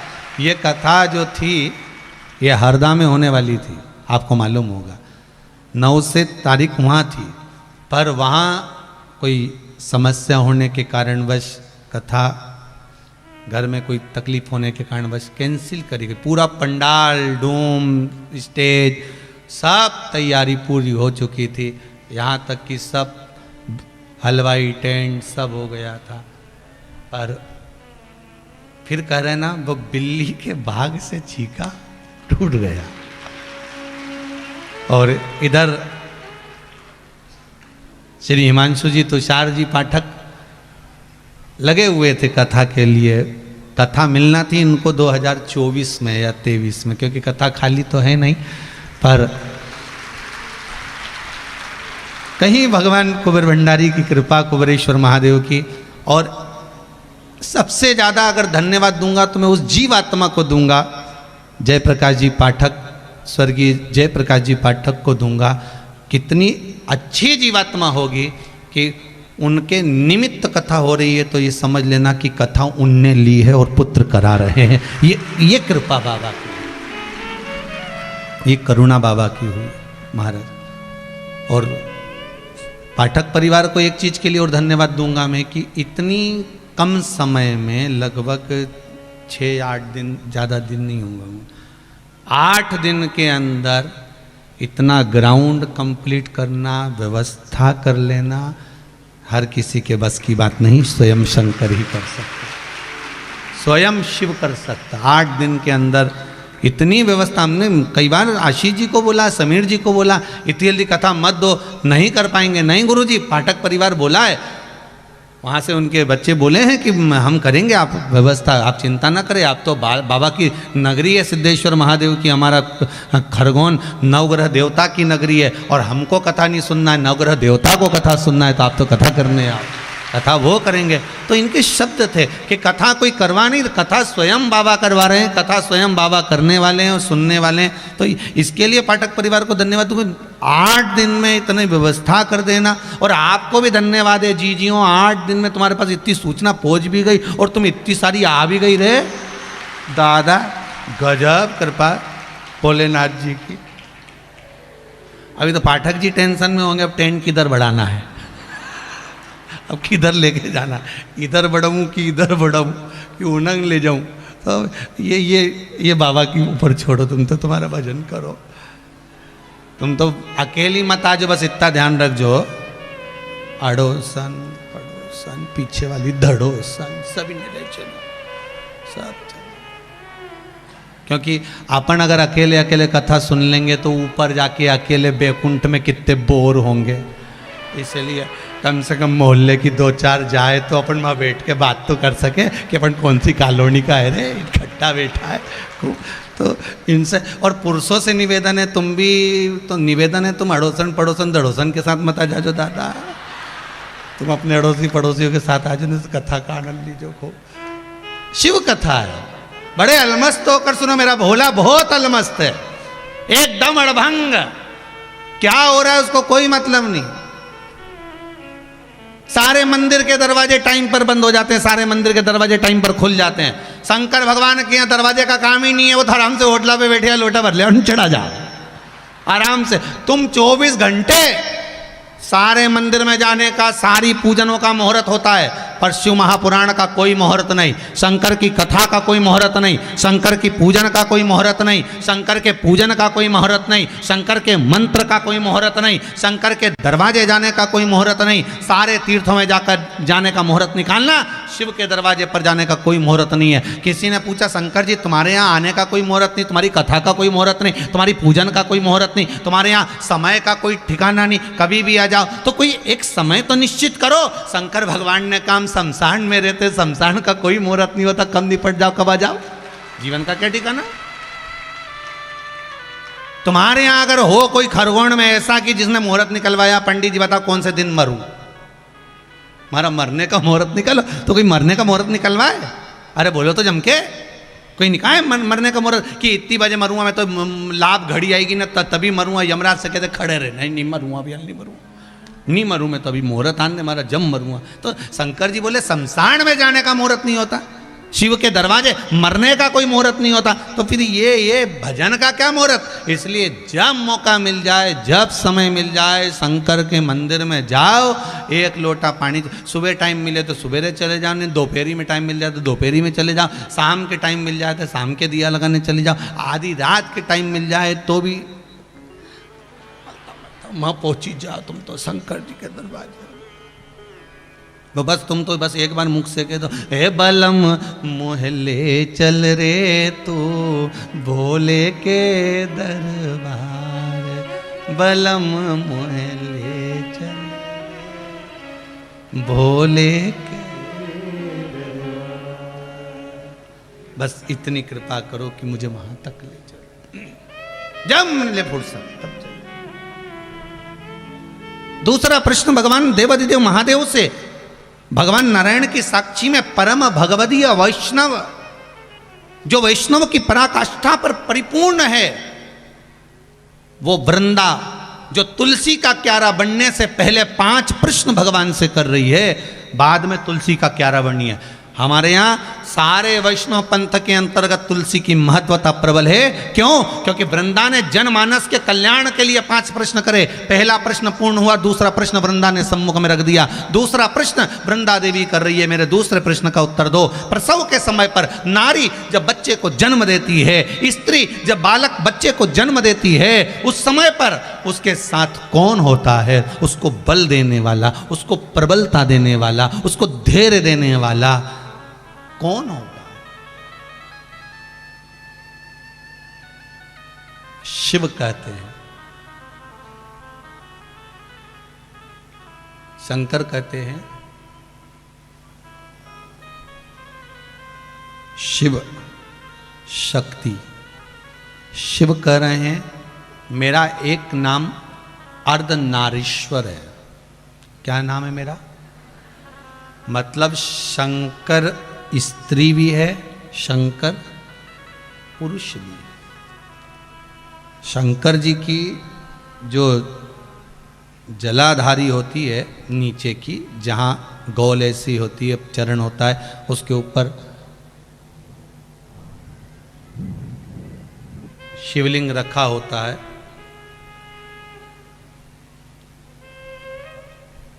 शिवलिंग रखा हुआ है। महाराज जलाधारी जल चढ़ाने की यह पार्वती जी का हस्त कमल, पार्वती जी का स्थान, और ये शिवलिंग शंकर का स्वरूप। शिव और शक्ति दोनों शिवलिंग के रूप में विराजमान।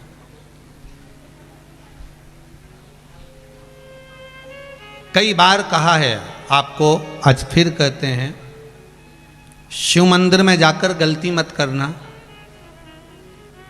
कोई भी सामग्री आप भगवान शंकर को अगर समर्पित कर रहे हैं, जैसे केला ले गए, पपीता ले गए, या कोई आप खाने का सामान ले गए, या आप कोई वस्तु या दिया बत्ती ले गए, कभी भी ध्यान रखना जलाधारी के ऊपर वो केला या फल या सेव फल या नारियल या जो भी सामान है वो जलाधारी पर कभी मत रखना। क्यों? जलाधारी पर अगर हम कोई फल वगैरह वस्तु रखते हैं तो हमारे ऊपर भार बनता है।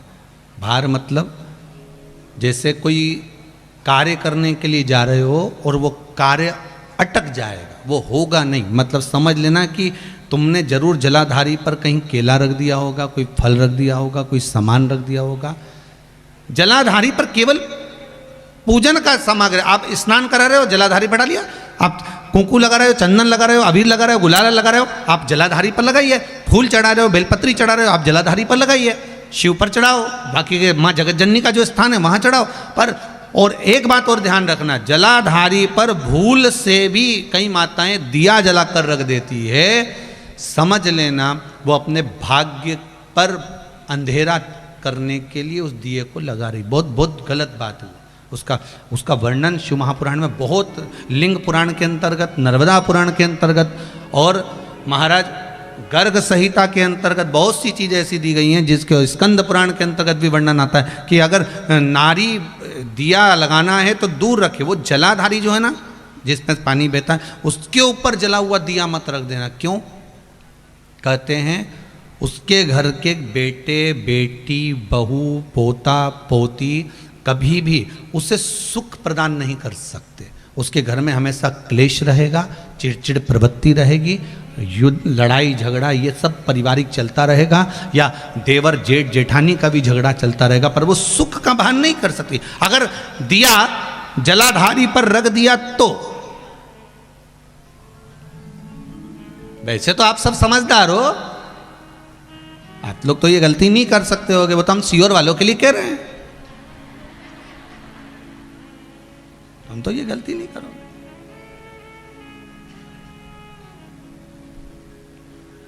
दिया रखना है दूर रखो। अगर आपको कोई वस्तु रखना है दूर रखो, केला रखना है, फल रखना है, कोई वस्तु अगर आपको रखना है तो आप थोड़ा सा दूरी बना कर रखें। हाँ, फूल चढ़ाना है आप चढ़ाओ, आप जल चढ़ाना है चढ़ाओ, बेलपत्र चढ़ाना है चढ़ाओ, आप अगर तगर चल, आप जो भी सामान चढ़ाना चाहते हैं, आप कुंकू अबीर गुलाल आदि के वो चढ़ा रहे हैं चढ़ाओ। पर कोई फल है, कोई मिठाई है, कोई सामग्री है, वो शिवलिंग से भी जलाधारी से भी दूरी बनाकर रखिए, उसको दूर रखिए।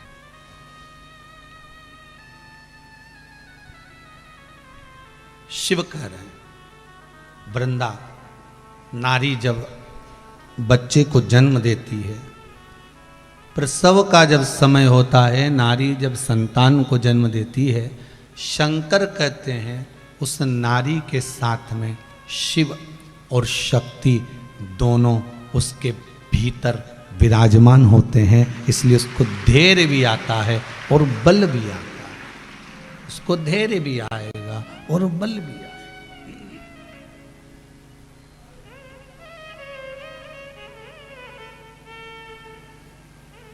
धैर्य और बल देने वाले मेरे शंकर हैं, धैर्य और बल प्रदान करने वाले शिव हैं।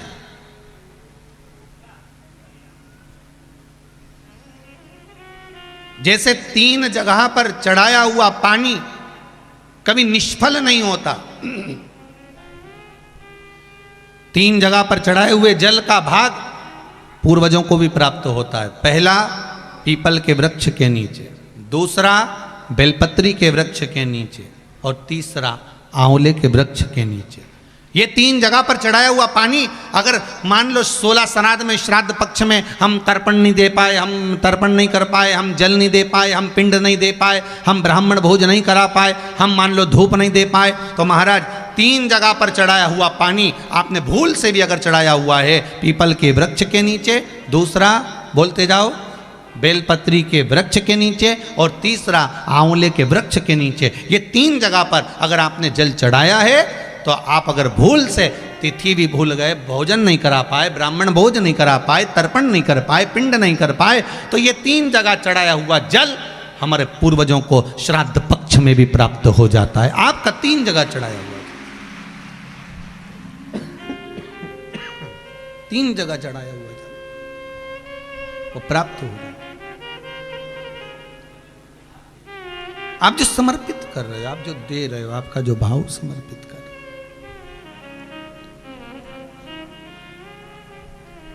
शंकर का गुणगान, शिव का स्मरण। अभी एक बात और आपको कहेंगे, अच्छी निकली है ये बात तो कहने में पीछे नहीं हटेंगे। 12 महीने शिवरात्रि आती है, स्मरण है आपको? अगर ध्यान नहीं हो ना तो कैलेंडर में लिखा रहता है मासिक शिवरात्रि, अगर उसमें छाट कर लिख लो और ऐसा गोला बना दो कि मासिक शिवरात्रि आई। आप व्रत करें ना करें, आप उपास करें ना करें, कोई वो हम ये नहीं कहेंगे कि करना जरूरी हो। अभी यजमान के यहीं पर हमारे ब्राह्मण लोग कह रहे थे कि गुरुजी वो कोई पूछ रहा था कि यजमान परिवार में से कि हम व्रत करें क्या, उपास रखना पड़ेगा? तो हम तो कई बार कथाओं में कहे, आज फिर कह देते हैं तुम्हारी मर्जी पड़े तो तुम करो, पर किसी का बीपी शुगर ऊंचा नीचा हो तो दादा मत कर जो। तुम तो कथा सुनो, तुम तो बढ़िया जोरदार एक से बढ़कर एक माल बनाओ ने, महाराज जी के भी खवाओ ने, तुम भी खाओ। तुम टेंशन वेंशन मत लियो, तुम तो बढ़िया जोरदार जो यहाँ चले नहीं वो खरगोन में वो पुड़ा की रोटी, एक रोटी का 2 भाग में जोरदार घी बना सकता, तुम तो खाओ।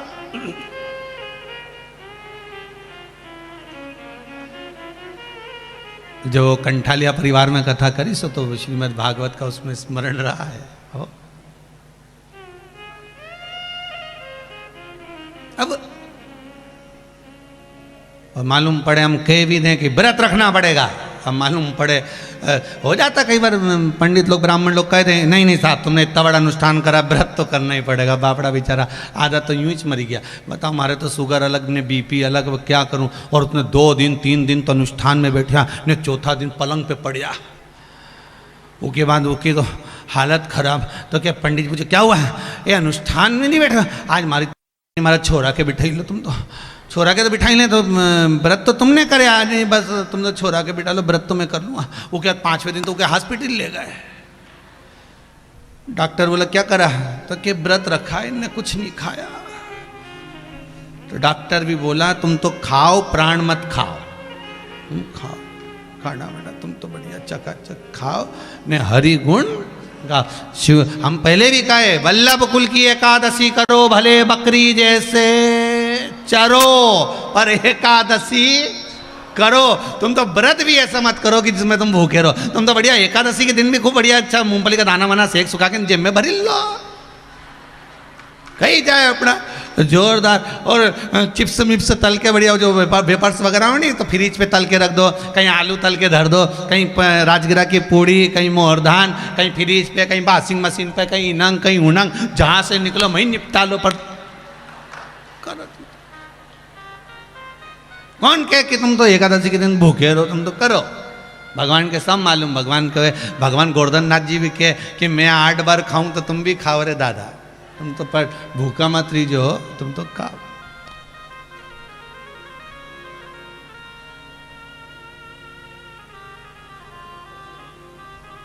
किसी ने कहा भोलेनाथ जी भी, शंकर जी तो कुछ नहीं खाते होंगे, गुरुजी शिव जी तो कुछ नहीं। हमने कहा कैसे नहीं खाए? आकड़िया की रोटी बनाई, काकड़िया की साग, और पर से माता पार्वती जी पावे भोलानाथ मन शिव रटोरे। अरे छोड़ दो कपट मन शिव रटोरे। वो कहीं नुकसान निपटा है, वो तो बढ़िया जोरदार। जब उनका छोरा इतना खाए, गणेश जी महाराज कितना खाए, तो फिर वो क्यों नहीं खाए?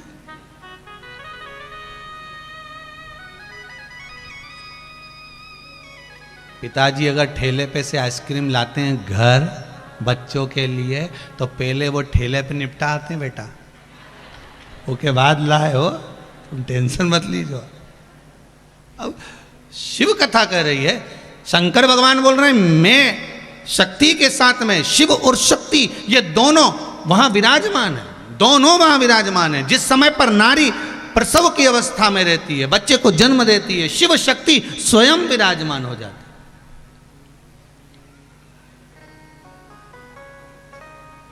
शिव और शक्ति का विराजमान वहां होना, इसलिए आपसे कहा पहले भी, आज फिर कहते हैं, जिन तुमरुका जी ने चंचुला देवी को शिव महापुराण की कथा सुनाई है, अगर डॉक्टर करें कि ऑपरेशन से बच्चा होगा, एक प्रयोग कर कर देखना। 7 गुड़ की डली लीजिए और गुड़ की छोटी छोटी डलियों को लेकर नारी जब हॉस्पिटल के लिए लेकर जा रहे हो, बच्चे को जन्म देने के लिए जा रही हो, 9वां महीना पूर्ण हो, तो वो 7 डली तुमरुका जी का नाम लेकर घुमाकर शंकर पर से, मेरे ओघड़दानी पे से, मेरे शिव बाबा पे से घुमाकर एक एक डली उसको खिला दीजिए। थोड़ी थोड़ी देर में महाराज नारी का ऑपरेशन नहीं होगा, नॉर्मल डिलीवरी ही होगी। तुमरुका जी के नाम में वो क्रमता, तुमरुका जी के नाम में वो प्रबलता है महाराज, वो बल है। कोई साधारण नहीं है तुमरुका जी, जिन्होंने शिव महापुराण की कथा देवादिदेव महादेव को श्रवण कराई, चंचुला देवी को श्रवण कराई, वो साधारण नहीं हो सकता। शंभु शरणे पड़ी मांगू घड़ी रे, दुख काटो दया करी ने दर्शन। भगवान से निवेदन, शिव कथा कर रही है, भगवान शंकर की कथा कर रही है, बाबा देवादिदेव महादेव स्वयं कह रहे हैं, अये वृंदा, नारी के जो धर्म है, नारी का जो आनंद, उसका प्रसव का जो समय होता है, उस समय पर शिव शक्ति दोनों उसके साथ होते हैं, दोनों उसके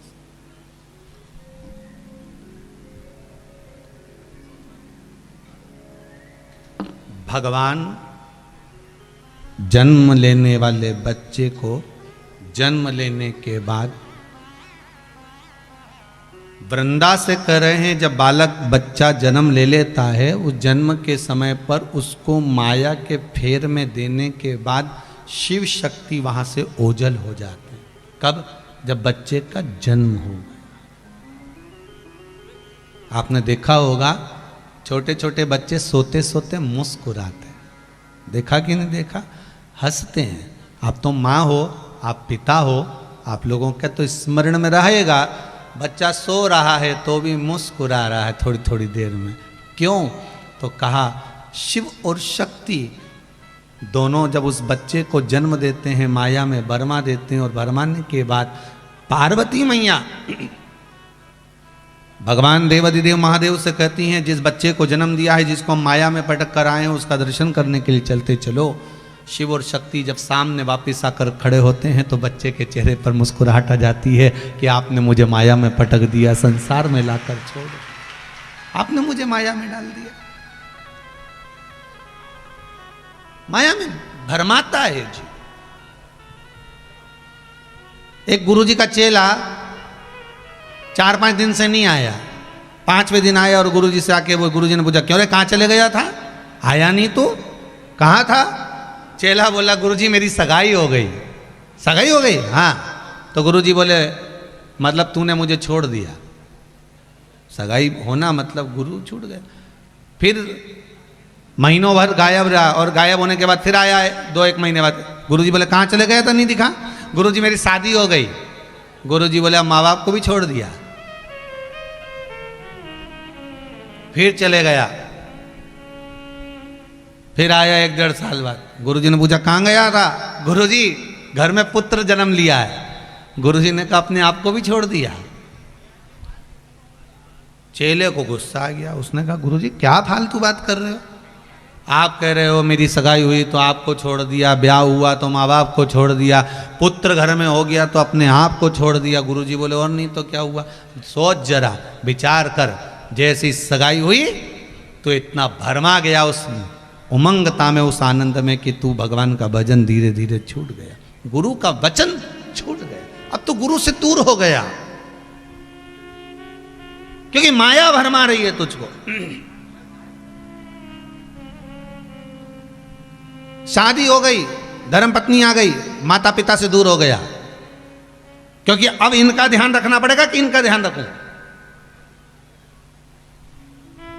बच्चे हो गए तो अपने आप को भी भूल गया, बच्चों को बड़ा करना है, खिलाना है, ये करना है, वो करना है, उसकी नौकरी, उसकी सर्विस, उसका ये, उसका वो, सब काम करना पड़ेगा। फिर निवेदन है, व्यक्ति अपने आप को भूल जाता है। जब बच्चे बड़े होते हैं उनको बड़ा करने के चक्कर में भूल गया, बच्चों को पढ़ाना है, किसके लिए कमा रहे हो? कई पत्नियां अपने पतियों से कभी तो पूछा करो किसके लिए कमा रहे हो? सुबह 8 बजे से लेकर रात को 10-10 बजे तक दुकान पर बैठे रहते हो, 1 मिनट खाने की फुर्सत नहीं है, 1 मिनट घर पर आने की फुर्सत नहीं है, कमाना कमाना कमाना कमाना, और मालूम पड़े बीच में फिर कमा कमा कमा कमा कमा कमा सब छोड़ दिया, जीव चला गया। किसके लिए कमाया? ना प्रेम से 2 रोटी खा सके, ना अच्छे से रह सके, हाय हाय करते करते करते करते जिंदगी निकाल दी बच्चों के लिए, पत्नी के लिए, बच्चों के लिए, पत्नी के लिए, घर परिवार सब बढ़ाने के चक्कर में कमाते रहे, पर भगवान का भजन ना कर पाए। तो गुरुजी करें अपने आप को भी छोड़ दिया तूने अब बच्चों के लिए। इतने में चेला बोला, गुरुजी कैसे फालतू की बात करते हो, कोई परिवार अपना छूटता है? हमारा परिवार तो हमारा है। गुरुजी बोल रहे यही तो गुरु का ज्ञान समाप्त हो गया, तुझे परिवार अच्छा लगने लगा, गुरु के वचन बुरे लगने लगे। एक बार प्रैक्टिकल करेगा तू मेरी बात का?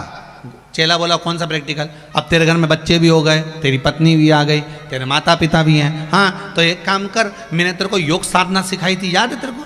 तो क्या हाँ योग साधना सिखाई थी तुझे, वो याद है? मैंने तेरे को श्वास रोकना सिखाया था कि श्वास रोक लिया कर इतने घंटे तक। हाँ गुरुजी मेरे को आता है। कर सकता है? कर सकता हूं। तो एक काम कर, कल तू तेरे घर पे थोड़ी देर श्वास रोक के पड़ जा, देखे तेरे घर वालों का क्या असर पड़ता, तू तो पड़ जा। गुरुजी श्वास रोकना तो आती मुझे। गुरुजी बोले बस तो पड़ जा, और गया घर, और सवेरे उठा, उठ के योग साधना से इसने थोड़ी देर श्वास को रोक लिया। पत्नी अंदर आके बोली, सुनो बच्चों को स्कूल जाना है, छोड़ आओगे क्या? ये तो श्वास रोक के पड़ा था। सुनो बच्चों को स्कूल जाना है, छोड़ आओगे क्या? अब ना तो ये हिले ना डुले, क्योंकि इसने योग साधना कर रहा था, सांस रोक के पड़ा हुआ था। पत्नी आई, हिलाया हाथ, इनकी तो नस ही नहीं चल रही है, कहीं नहीं है। दौड़ के मम्मी मम्मी जल्दी आ, क्या हुआ?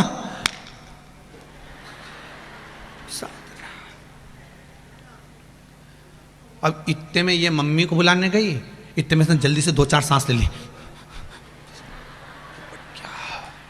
फिर सांस रोक लिया, योग साधना, सांस रोक के फिर पड़ी गया। माई छोरा छोरा छोरा, अब चले ही नहीं, एक ही तो गई, सांस भी गई। पत्नी भी दौड़ी, माँ भी दौड़ी, पति को माँ बुलाने गई, पिता को, वो बच्चों को बुलाने गई, इसमें 2-4 सांसों ले।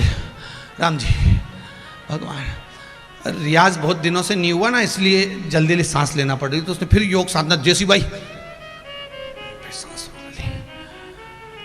इतने में माँ दौड़ती दौड़ती रोती रोती बोली, कोई गुरुजी के बुला के लिया, ये गुरुजी की यहीं जाता था, गुरुजी बचा ले गए तो अच्छी बात, जाओ जरा गुरुजी के पास। इतने में गुरुजी आए, क्या हुआ? छोरा चले गया, बताओ, बच्चे छोटे छोटे। गुरुजी बोले कुछ करा? अब कहीं करो, अब तो चले गया, अब कहीं करो। मालूम ही नहीं पड़ा, वो तो सो रहा था, वो तो बहू ने देखा। अच्छा, गुरुजी ने तो अकल दी थी, गुरुजी ने अकल दी थी योग साधना की कि श्वास रोक के पड़ी जा, तो पड़ी गया। अब गुरुजी भी हाथ माथ सब देख दुखा के बोले, अभी थोड़ी बहुत तो कसर बाकी है, जल्दी जाओ, एक दूध का कटोरा भर के लाओ, जल्दी जल्दी जाओ, दौड़ के जाओ जल्दी। और दूध का कटोरा मंगवाया, दूध का कटोरा। अब जो दूध का कटोरा बुलवाया, इसमें शक्कर वक्कर मिलेगी कि नहीं मिलेगी, मिश्री वगैरह कि नहीं मिलेगी, जल्दी जाओ मिश्री दौड़ के लाओ, शक्कर लाओ। तो शक्कर लाके दूध का कटोरा में गुरुजी ने उसकी छाती पे दूध का कटोरा धर दिया, उसमें शक्कर चम्मच से घोल दिया, घोल के और गुरुजी ने हाथ में लेके ऐसे उसके ऊपर से 21 बार बड़बड़ा कर न जाने कौन सा मंत्र, ऐसी सोए रहे, सांस पूरी घेर ले, अंदर घेर ले, सांस पूरी रोके रहे, सांस मत निकाल देना। अब इनको लगा कि मंत्र पढ़ रही है अपन, तो गुरुजी तो बोले सांस मत निकाल देना, अंदर ही रखे, ऐसे ही पढ़ी दीजिए। 21 बार उतारे गुरुजी, पढ़ी दीजिए, कल्ला हुई जा, एकदम कल्ला हुई जा, दूल्हे की तरह, जैसे घोड़ी पे दूल्हा नहीं चढ़े, कल्ला थम ऐसा हुई जा, वो तो कल्ला। और गुरुजी ने उतारा, गुरुजी छोरा का कुछ होएगा, बिल्कुल अभी ठीक हो जाएगा। मैंने ये दूध में इसके प्राण को लेके आ गया हूँ, एक काम करो तुम जो लोग खड़े आए, तुम में से कोई भी एक जनी दूध पी लो, तुम पियोगे तुम मरी जाओगे ना, छोड़ा टिकी जाए तुम। सबसे पहले गुरुजी ने माँ को दिया, तुम पी लो। माँ बोली मैं कैसे पी लूं, कैसे पीऊं, अब ये चले भी जाएगा तो छोरा छोरी पोता पोती को तुम्हारा ही देखना है, इनकी भी तबीयत अच्छी नहीं रहे, अब इनकी तबीयत ठीक नहीं रहे तो इनके दवाई गोली कौन देगा, बहू कोई देखे। तब मैं बहू से कहा तू पी ले, पी तो लेती पर बच्चे छोटे छोटे।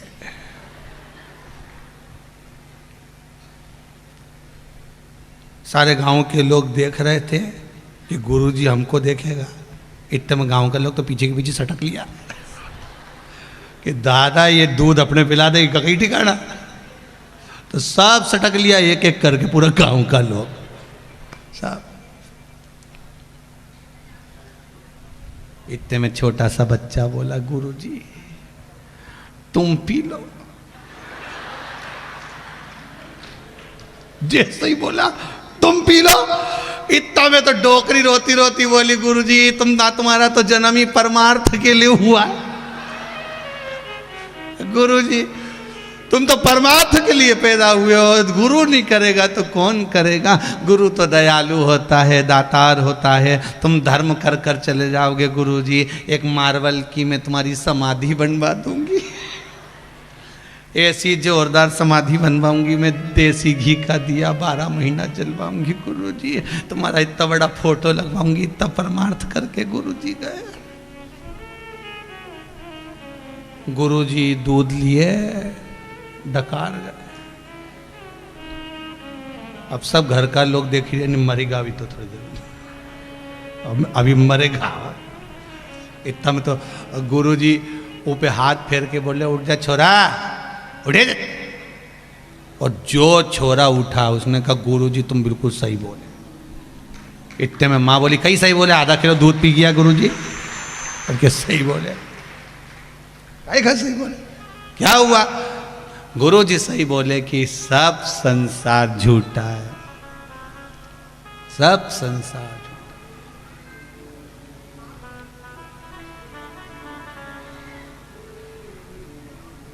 सब संसार झूठा, बस केवल एक सत्य है।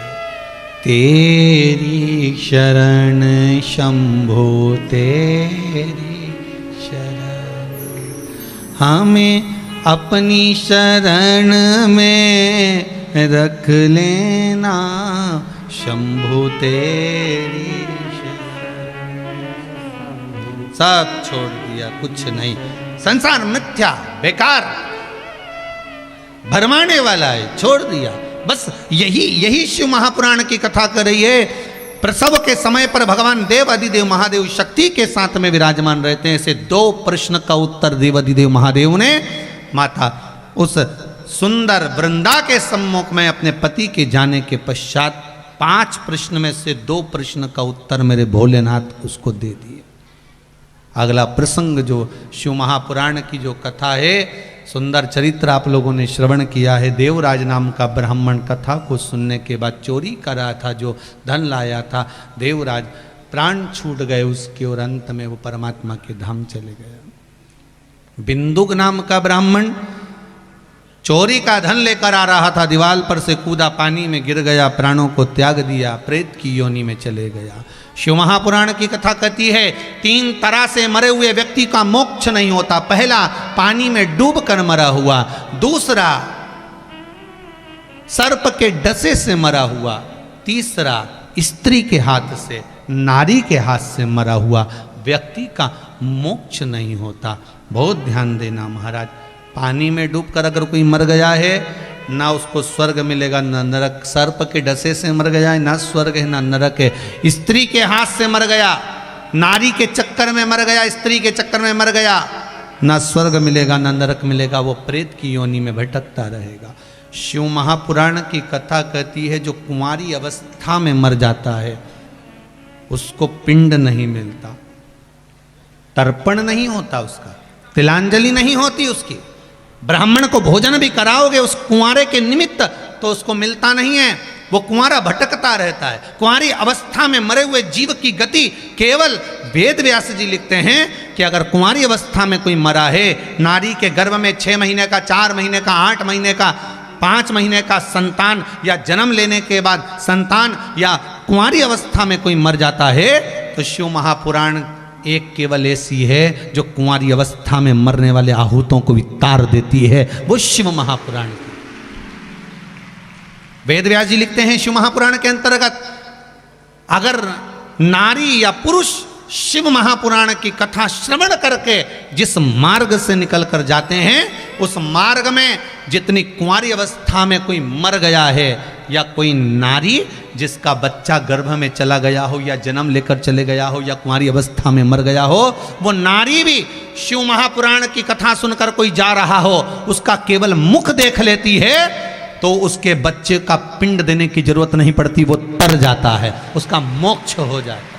ये शिव महापुराण की कथा अधोगति वालों को भी तार देती, अधोगति वालों मोक्ष प्रदान कर देती। साधारण नहीं शिव पुराण,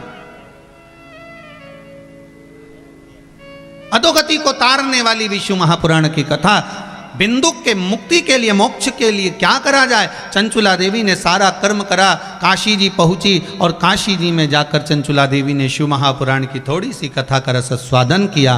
स्वादन करने के बाद में उसके जब प्राण छूटे तो महाराज वो शिव के धाम में पहुंच गई और शिव के धाम में पहुंचने के बाद माता पार्वती जी के उस धाम में पहुंचने के बाद पार्वती जी की सखी बनकर मौन रही, चुप रही। तब पार्वती ने पूछा तेरे मौन रहने का कारण क्या है? बता दिया मेरे पति का मोक्ष नहीं हुआ। आप जितने लोग शिव महापुराण की कथा सुनने के लिए आए हो या टीवी के माध्यम से सुन रहे हो, मोबाइल के माध्यम से सुन रहे हो, ये आप अपने पूर्वजों को पार लगा रहे हो, कथा सुनकर अपने जीवों का कल्याण कर रहे हो। मौका मिला है रास्ता तो ग्रहण करने का। महाराज पार्वती जी ने चंचुला देवी को देवर्षि नारद के पास भेजा, नारद जी ने तुमरुका जी के पास भेजा, तुमरुका जी ने कथा कही। शंकर पार्वती से जाकर निवेदन करा कि शिव महापुराण के यजमान आप बनिए, जोड़े से बैठना है। मैं नहीं बैठ सकती, आप पूजन करने बैठो। शंकर और पार्वती ईसर जी और गोरा जी बन गए, गणा और गौर बन गए। गणगौर बनकर जब चले 16 दिन का गणगौर, 16 दिन का श्रृंगार शिव पार्वती का था। शंकर भगवान के 16 संस्कार हुए, पार्वती जी के 16 श्रृंगार हुए। ये भाव रखते हुए 16 दिन की गणगौर हुई। शंकर पार्वती ने जाकर दूल्हा जैसा रूप धारण कर कर, सुंदर स्वरूप धारण कर कर शिव पार्वती ने सुंदर शिव महापुराण की कथा तुमरुका जी के मुख से श्रवण करी है। चंचुला देवी के पति को मोक्ष देने वाली ये पावन शिव महापुराण की कथा श्रवण कर रहे हैं। सुंदर ईश्वर जी गोरा जी पधार रहे हैं। जोरदार तरीके से आप लोग ईश्वर जी गोरा जी का स्वागत करो। गणा और गौर पधार रहे हैं, भगवान शिव। कल की कथा में वृंदा देवी के 3 प्रश्न और हैं, उन प्रश्नों के ओर आगे बढ़ेंगे। इन परम भगवती वैष्णव वृंदा देवी के इन प्रश्नों का आनंद लेंगे। ईश्वर जी और गोरा जी के लिए जोरदार ताली बजाएं। यजमान परिवार से निवेदन है, ईश्वर जी गोरा जी का पूजन करने के लिए पधारें। यजमान परिवार ईश्वर जी और गोरा जी के पूजन के लिए पधारेंगे। महाराज बोल काशी विश्वनाथ भगवान की हर हर महादेव। कुछ सूचनाएं आशीष जी दे रहे हैं, उसके बाद में आरती, आरती के बाद में प्रसाद और भाव से बेलपत्र आदि लेकर जाइएगा। फिर निवेदन है 6 दिवस तक शिव पोथी पर जो बेलपत्र चढ़ती है वो चबा चबा कर खाने की रहती है, उसको रात भर नहीं रखते। जिसके घुटने में दर्द हो, पीठ में दर्द हो, कमर में दर्द हो, वो 1 दिन की खा ले, दूसरे दिन ठीक। 6 दिन तक जो बेलपत्र बटना है वो रोग मुक्ति के लिए है। 7वें दिन जो बेलपत्र मिलती है वो कुबेर का भंडार भरने वाली होती है। पर बेलपत्र का एक नियम है, रात्रि भर बेलपत्र को ना रखिएगा। अगर आप लेकर भी जाते हैं अपने परिवार वालों के लिए तो रात होने से पहले उसको खिला देना चाहिए। शिव महापुराण की 6 दिन की बेलपत्र रोग मुक्ति की, 7वें दिन कुबेर भंडार की रहेगी। यजमान पूजन करेंगे, ईश्वर जी और गोरा जी का ब्राह्मण पूजन करेंगे। श्री शिवाय नमस्तुभ्यम। सभी भक्तों को हर हर महादेव, सादर जय श्री कृष्णा। और सुंदर कथा हम सभी पूज्य गुरुदेव के सानिध्य में श्रवण कर रहे हैं। कथा का प्रथम दिवस हम सभी ने श्रवण करा। व्यासपीठ को नमन करते हुए हम सबके प्रिय, हम सबके लाडले ठाकुर कल्लू जी महाराज के चरणों में नमन करते हुए परम सद्य, परम आदरणीय, विश्व विख्यात पूज्य गुरुदेव के पावन चरणों को नमन करते हुए और आप सभी से भक्तों के चरणों में नमन करते हुए सुंदर प्रथम दिवस की कथा श्रवण करी। इसी क्रम में जिन दानदाताओं ने, जिन भमासाओं ने मंदिर, गौशाला, वृद्धाश्रम, अन्य क्षेत्र में अपनी सहयोग राशि प्रदान करी, उन सभी पवनसारी पुण्यसारी दानदाताओं के नाम प्रेमराज जी राठी महाराष्ट्र से सुंदर 511 रुपये की सहयोग राशि आपने बाबा कुबेरेश्वर धाम हेतु समर्पित की। राजेश कुमार जी झा वेस्ट बंगाल से 501 रुपये, राधा जी साहू सिवनी मध्य प्रदेश से 1101 रुपये, गुप्तदान 501 रुपये, कविता जी वर्मा की तरफ से सुंदर 5100 रुपये की सहयोग राशि आपने बाबा कुबेरेश्वर धाम हेतु समर्पित की। बहुत बहुत बधाई। सुंदर विचार आपके शुद्ध सहयोग राशि समर्पित की। रामबती जी सक्सेना उत्तराखंड से सुंदर 501 रुपये, रंजीत कुमार जी की तरफ से 2101 रुपये, आनंद कुमार जी रजाबाद रतलाम मध्य प्रदेश से 1101 रुपये, मुक्ति त्रिपाठी, नीरज जी पांडे बिलासपुर छत्तीसगढ़ से सुंदर 505 रुपये, अखिलेश कुमार जी दिल्ली से 1101 रुपये, वशिष्ठ परिवार ऋषिकेश उत्तराखंड से सुंदर 501 रुपये, मंजू प्रदीप जी शर्मा की तरफ से सुंदर 21,000 रुपये की सहयोग राशि देकर आजीवन भोजन भंडारे की सदस्यता ग्रहण करी, सुनहरे अक्षरों में अपना नामांकित कराया। बहुत बहुत बधाई। सुंदर विचार आपके। रंगनाथ जी कर्नाटक से सुंदर 1101 रुपये, नैनेश्वर जी महाराष्ट्र से सुंदर 501 रुपये, सुमन जी दुबे काशी बनारस उत्तर प्रदेश से सुंदर 2101 रुपये, सुभाष जी शर्मा गुजरात से सुंदर 521 रुपये की सहयोग राशि आपने समर्पित की।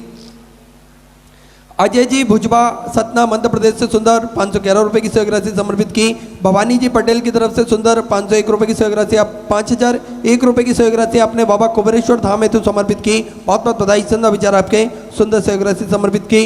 रवि रंजन कुमार जी झारखंड से सुंदर 501 रुपये, राजेंद्र छगन जी महाराष्ट्र से सुंदर 1001 रुपये, शकुंतला जी सैनी सीकर राजस्थान से सुंदर 551 रुपये, गुप्तदान सुंदर 501 रुपये, जगदीश प्रसाद जी शर्मा ग्वालियर मध्य प्रदेश से आपने सुंदर 1101 रुपये की सहयोग राशि समर्पित की। बबीता जी शर्मा मेरठ उत्तर प्रदेश से 501 रुपये, अंकित जी राय की तरफ से सुंदर 501 रुपये, छाया जी चौक से इंदौर मध्य प्रदेश से सुंदर 2001 रुपये की सहयोग राशि आपने समर्पित की।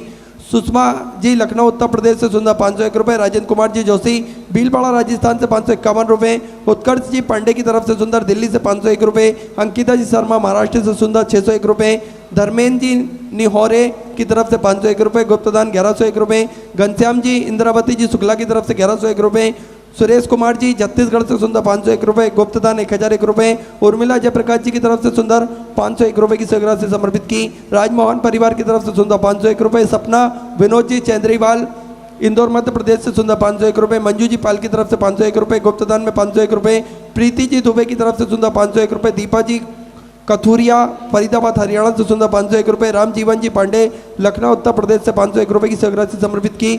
योगेश ज्योति जी वर्मा इंदौर मध्य प्रदेश से 1001 रुपये, महाजन परिवार हरियाणा से सुंदर 501 रुपये, सुनीता चंद्र जी मिश्रा लखनऊ उत्तर प्रदेश से 501 रुपये, गीता देवी की तरफ से 505 रुपये, कुणाल गोरख की तरफ से सुंदर 501 रुपये, निशा संतोष जी दिवंगन की तरफ से सुंदर 501 रुपये, कमलेश कुमारी जी उत्तर प्रदेश से सुंदर 501 रुपये, लीला हरिशंकर जी राजपूत की तरफ से सुंदर 3001 रुपये, पुष्पक कमल किशोर जी गुप्ता महाराष्ट्र से सुंदर 501 रुपये, गुप्तदान 501 रुपये, रविंद्र प्रताप सिंह जी गुजरात से सुंदर 1101 रुपये, मधुबाला जी अलीगढ़ उत्तर प्रदेश से 501 रुपये, दीपक जी शर्मा की तरफ से टीकमगढ़ मध्य प्रदेश से 501 रुपये, गुप्तदान 501 रुपये, नेहा आकाश जी चौकी मुंबई से सुंदर 1001 रुपये, प्रशांत जी साहू 501 रुपये, गोवर्धन लाल जी सोनी की तरफ से सुंदर 511 रुपये, हर्षित जी की तरफ से 1101 रुपये, राधा जी चौधरी की तरफ से सुंदर 505 रुपये, मोहन जी चौधरी की तरफ से 501 रुपये, सोरम भाई जी की तरफ से 501 रुपये, सुधा जी चौहान दिल्ली से 501 रुपये, राम बहौरी दहिया रीवा मध्य प्रदेश से सुंदर 521 रुपये की सहयोग राशि समर्पित की, चिराग हुकुम सिंह जी की तरफ से सुंदर 501 रुपये की सहयोग राशि आपने समर्पित की, खुमेश्वर जी साहू की तरफ से छत्तीसगढ़ से सुंदर 501 रुपये की सहयोग राशि आपने समर्पित की। सभी दानदाताओं को मैं हृदय की अनंत गहराई से नमन करता हूं, दंडवत करता हूं, प्रणाम करता हूं। सुंदर सहयोग राशि आपने समर्पित की। जो भक्त अपनी सहयोग राशि मंदिर, गौशाला, वृद्ध आश्रम, अन्य क्षेत्र में समर्पित करना चाहते हैं वे टीवी स्क्रीन पर जो अकाउंट नंबर चल रहा है उसमें समर्पित कर सकते हैं। जो भक्त खरगोन में अपनी सहयोग राशि जमा करना चाहते हैं वे पीछे की ओर श्री विठले सेवा समिति का जो कार्यालय बना हुआ है उस कार्यालय में अपनी सहयोग राशि जमा कर सकते हैं। आइए आरती का समय हो चुका है, सुंदर आरती का आनंद हम सभी लेंगे। जय जय श्री राधे, हर हर महादेव, श्री शिवाय नमस्तोभ्यम। सब लोग आरती में खड़े होंगे। एक निवेदन आप सबसे रहेगा, अगर आप लोग स्वीकार करें तो सभी से मेरा निवेदन रहेगा, कोई भी माताएं चेन, मंगलसूत्र, जो भी सोने की रकम वगैरह है वो ना पहनकर जो आर्टिफिशियल सामग्री है वो आप पहनकर आना प्रारंभ करेंगे। 7 दिन कथा में कोई भी रकम, किसी भी तरह की कोई भी भारी चीज़ आप लोग अपने गले में या अन्य चीज़ें धारण न करें, और अगर पहन कर आए हो तो सिर पे पल्लू और अपने शरीर को पूर्ण तरह से ढककर आप रखेंगे। और आरती में भी बेलपत्र के समय पर भी, प्रसाद के समय पर भी आपका स्मरण रहे। और जिनने पत्र में लिखा है कि हमको आजीवन भोजन भंडारे के सदस्य बनना है तो उसकी राशि यहाँ पीछे जब आप दरवाजे से निकल रहे हैं जाएंगे तो वहाँ पर विठलेश सेवा समिति का कार्यालय बना हुआ है, वहीं पर अपनी सहयोग राशि जमा करेंगे आप लोग। और ध्यान दें, अपने चेन, अंगूठी, मोबाइल पर्स का आपको ध्यान रखना है। इसमें पाठक परिवार की ओर से भी निवेदन है और आप लोगों से आज करबद्ध निवेदन है, पहन कर आओ। आर्टिफिशियल बहुत सामान है, 7 दिन के लिए वो पहन कर आइए। हर हर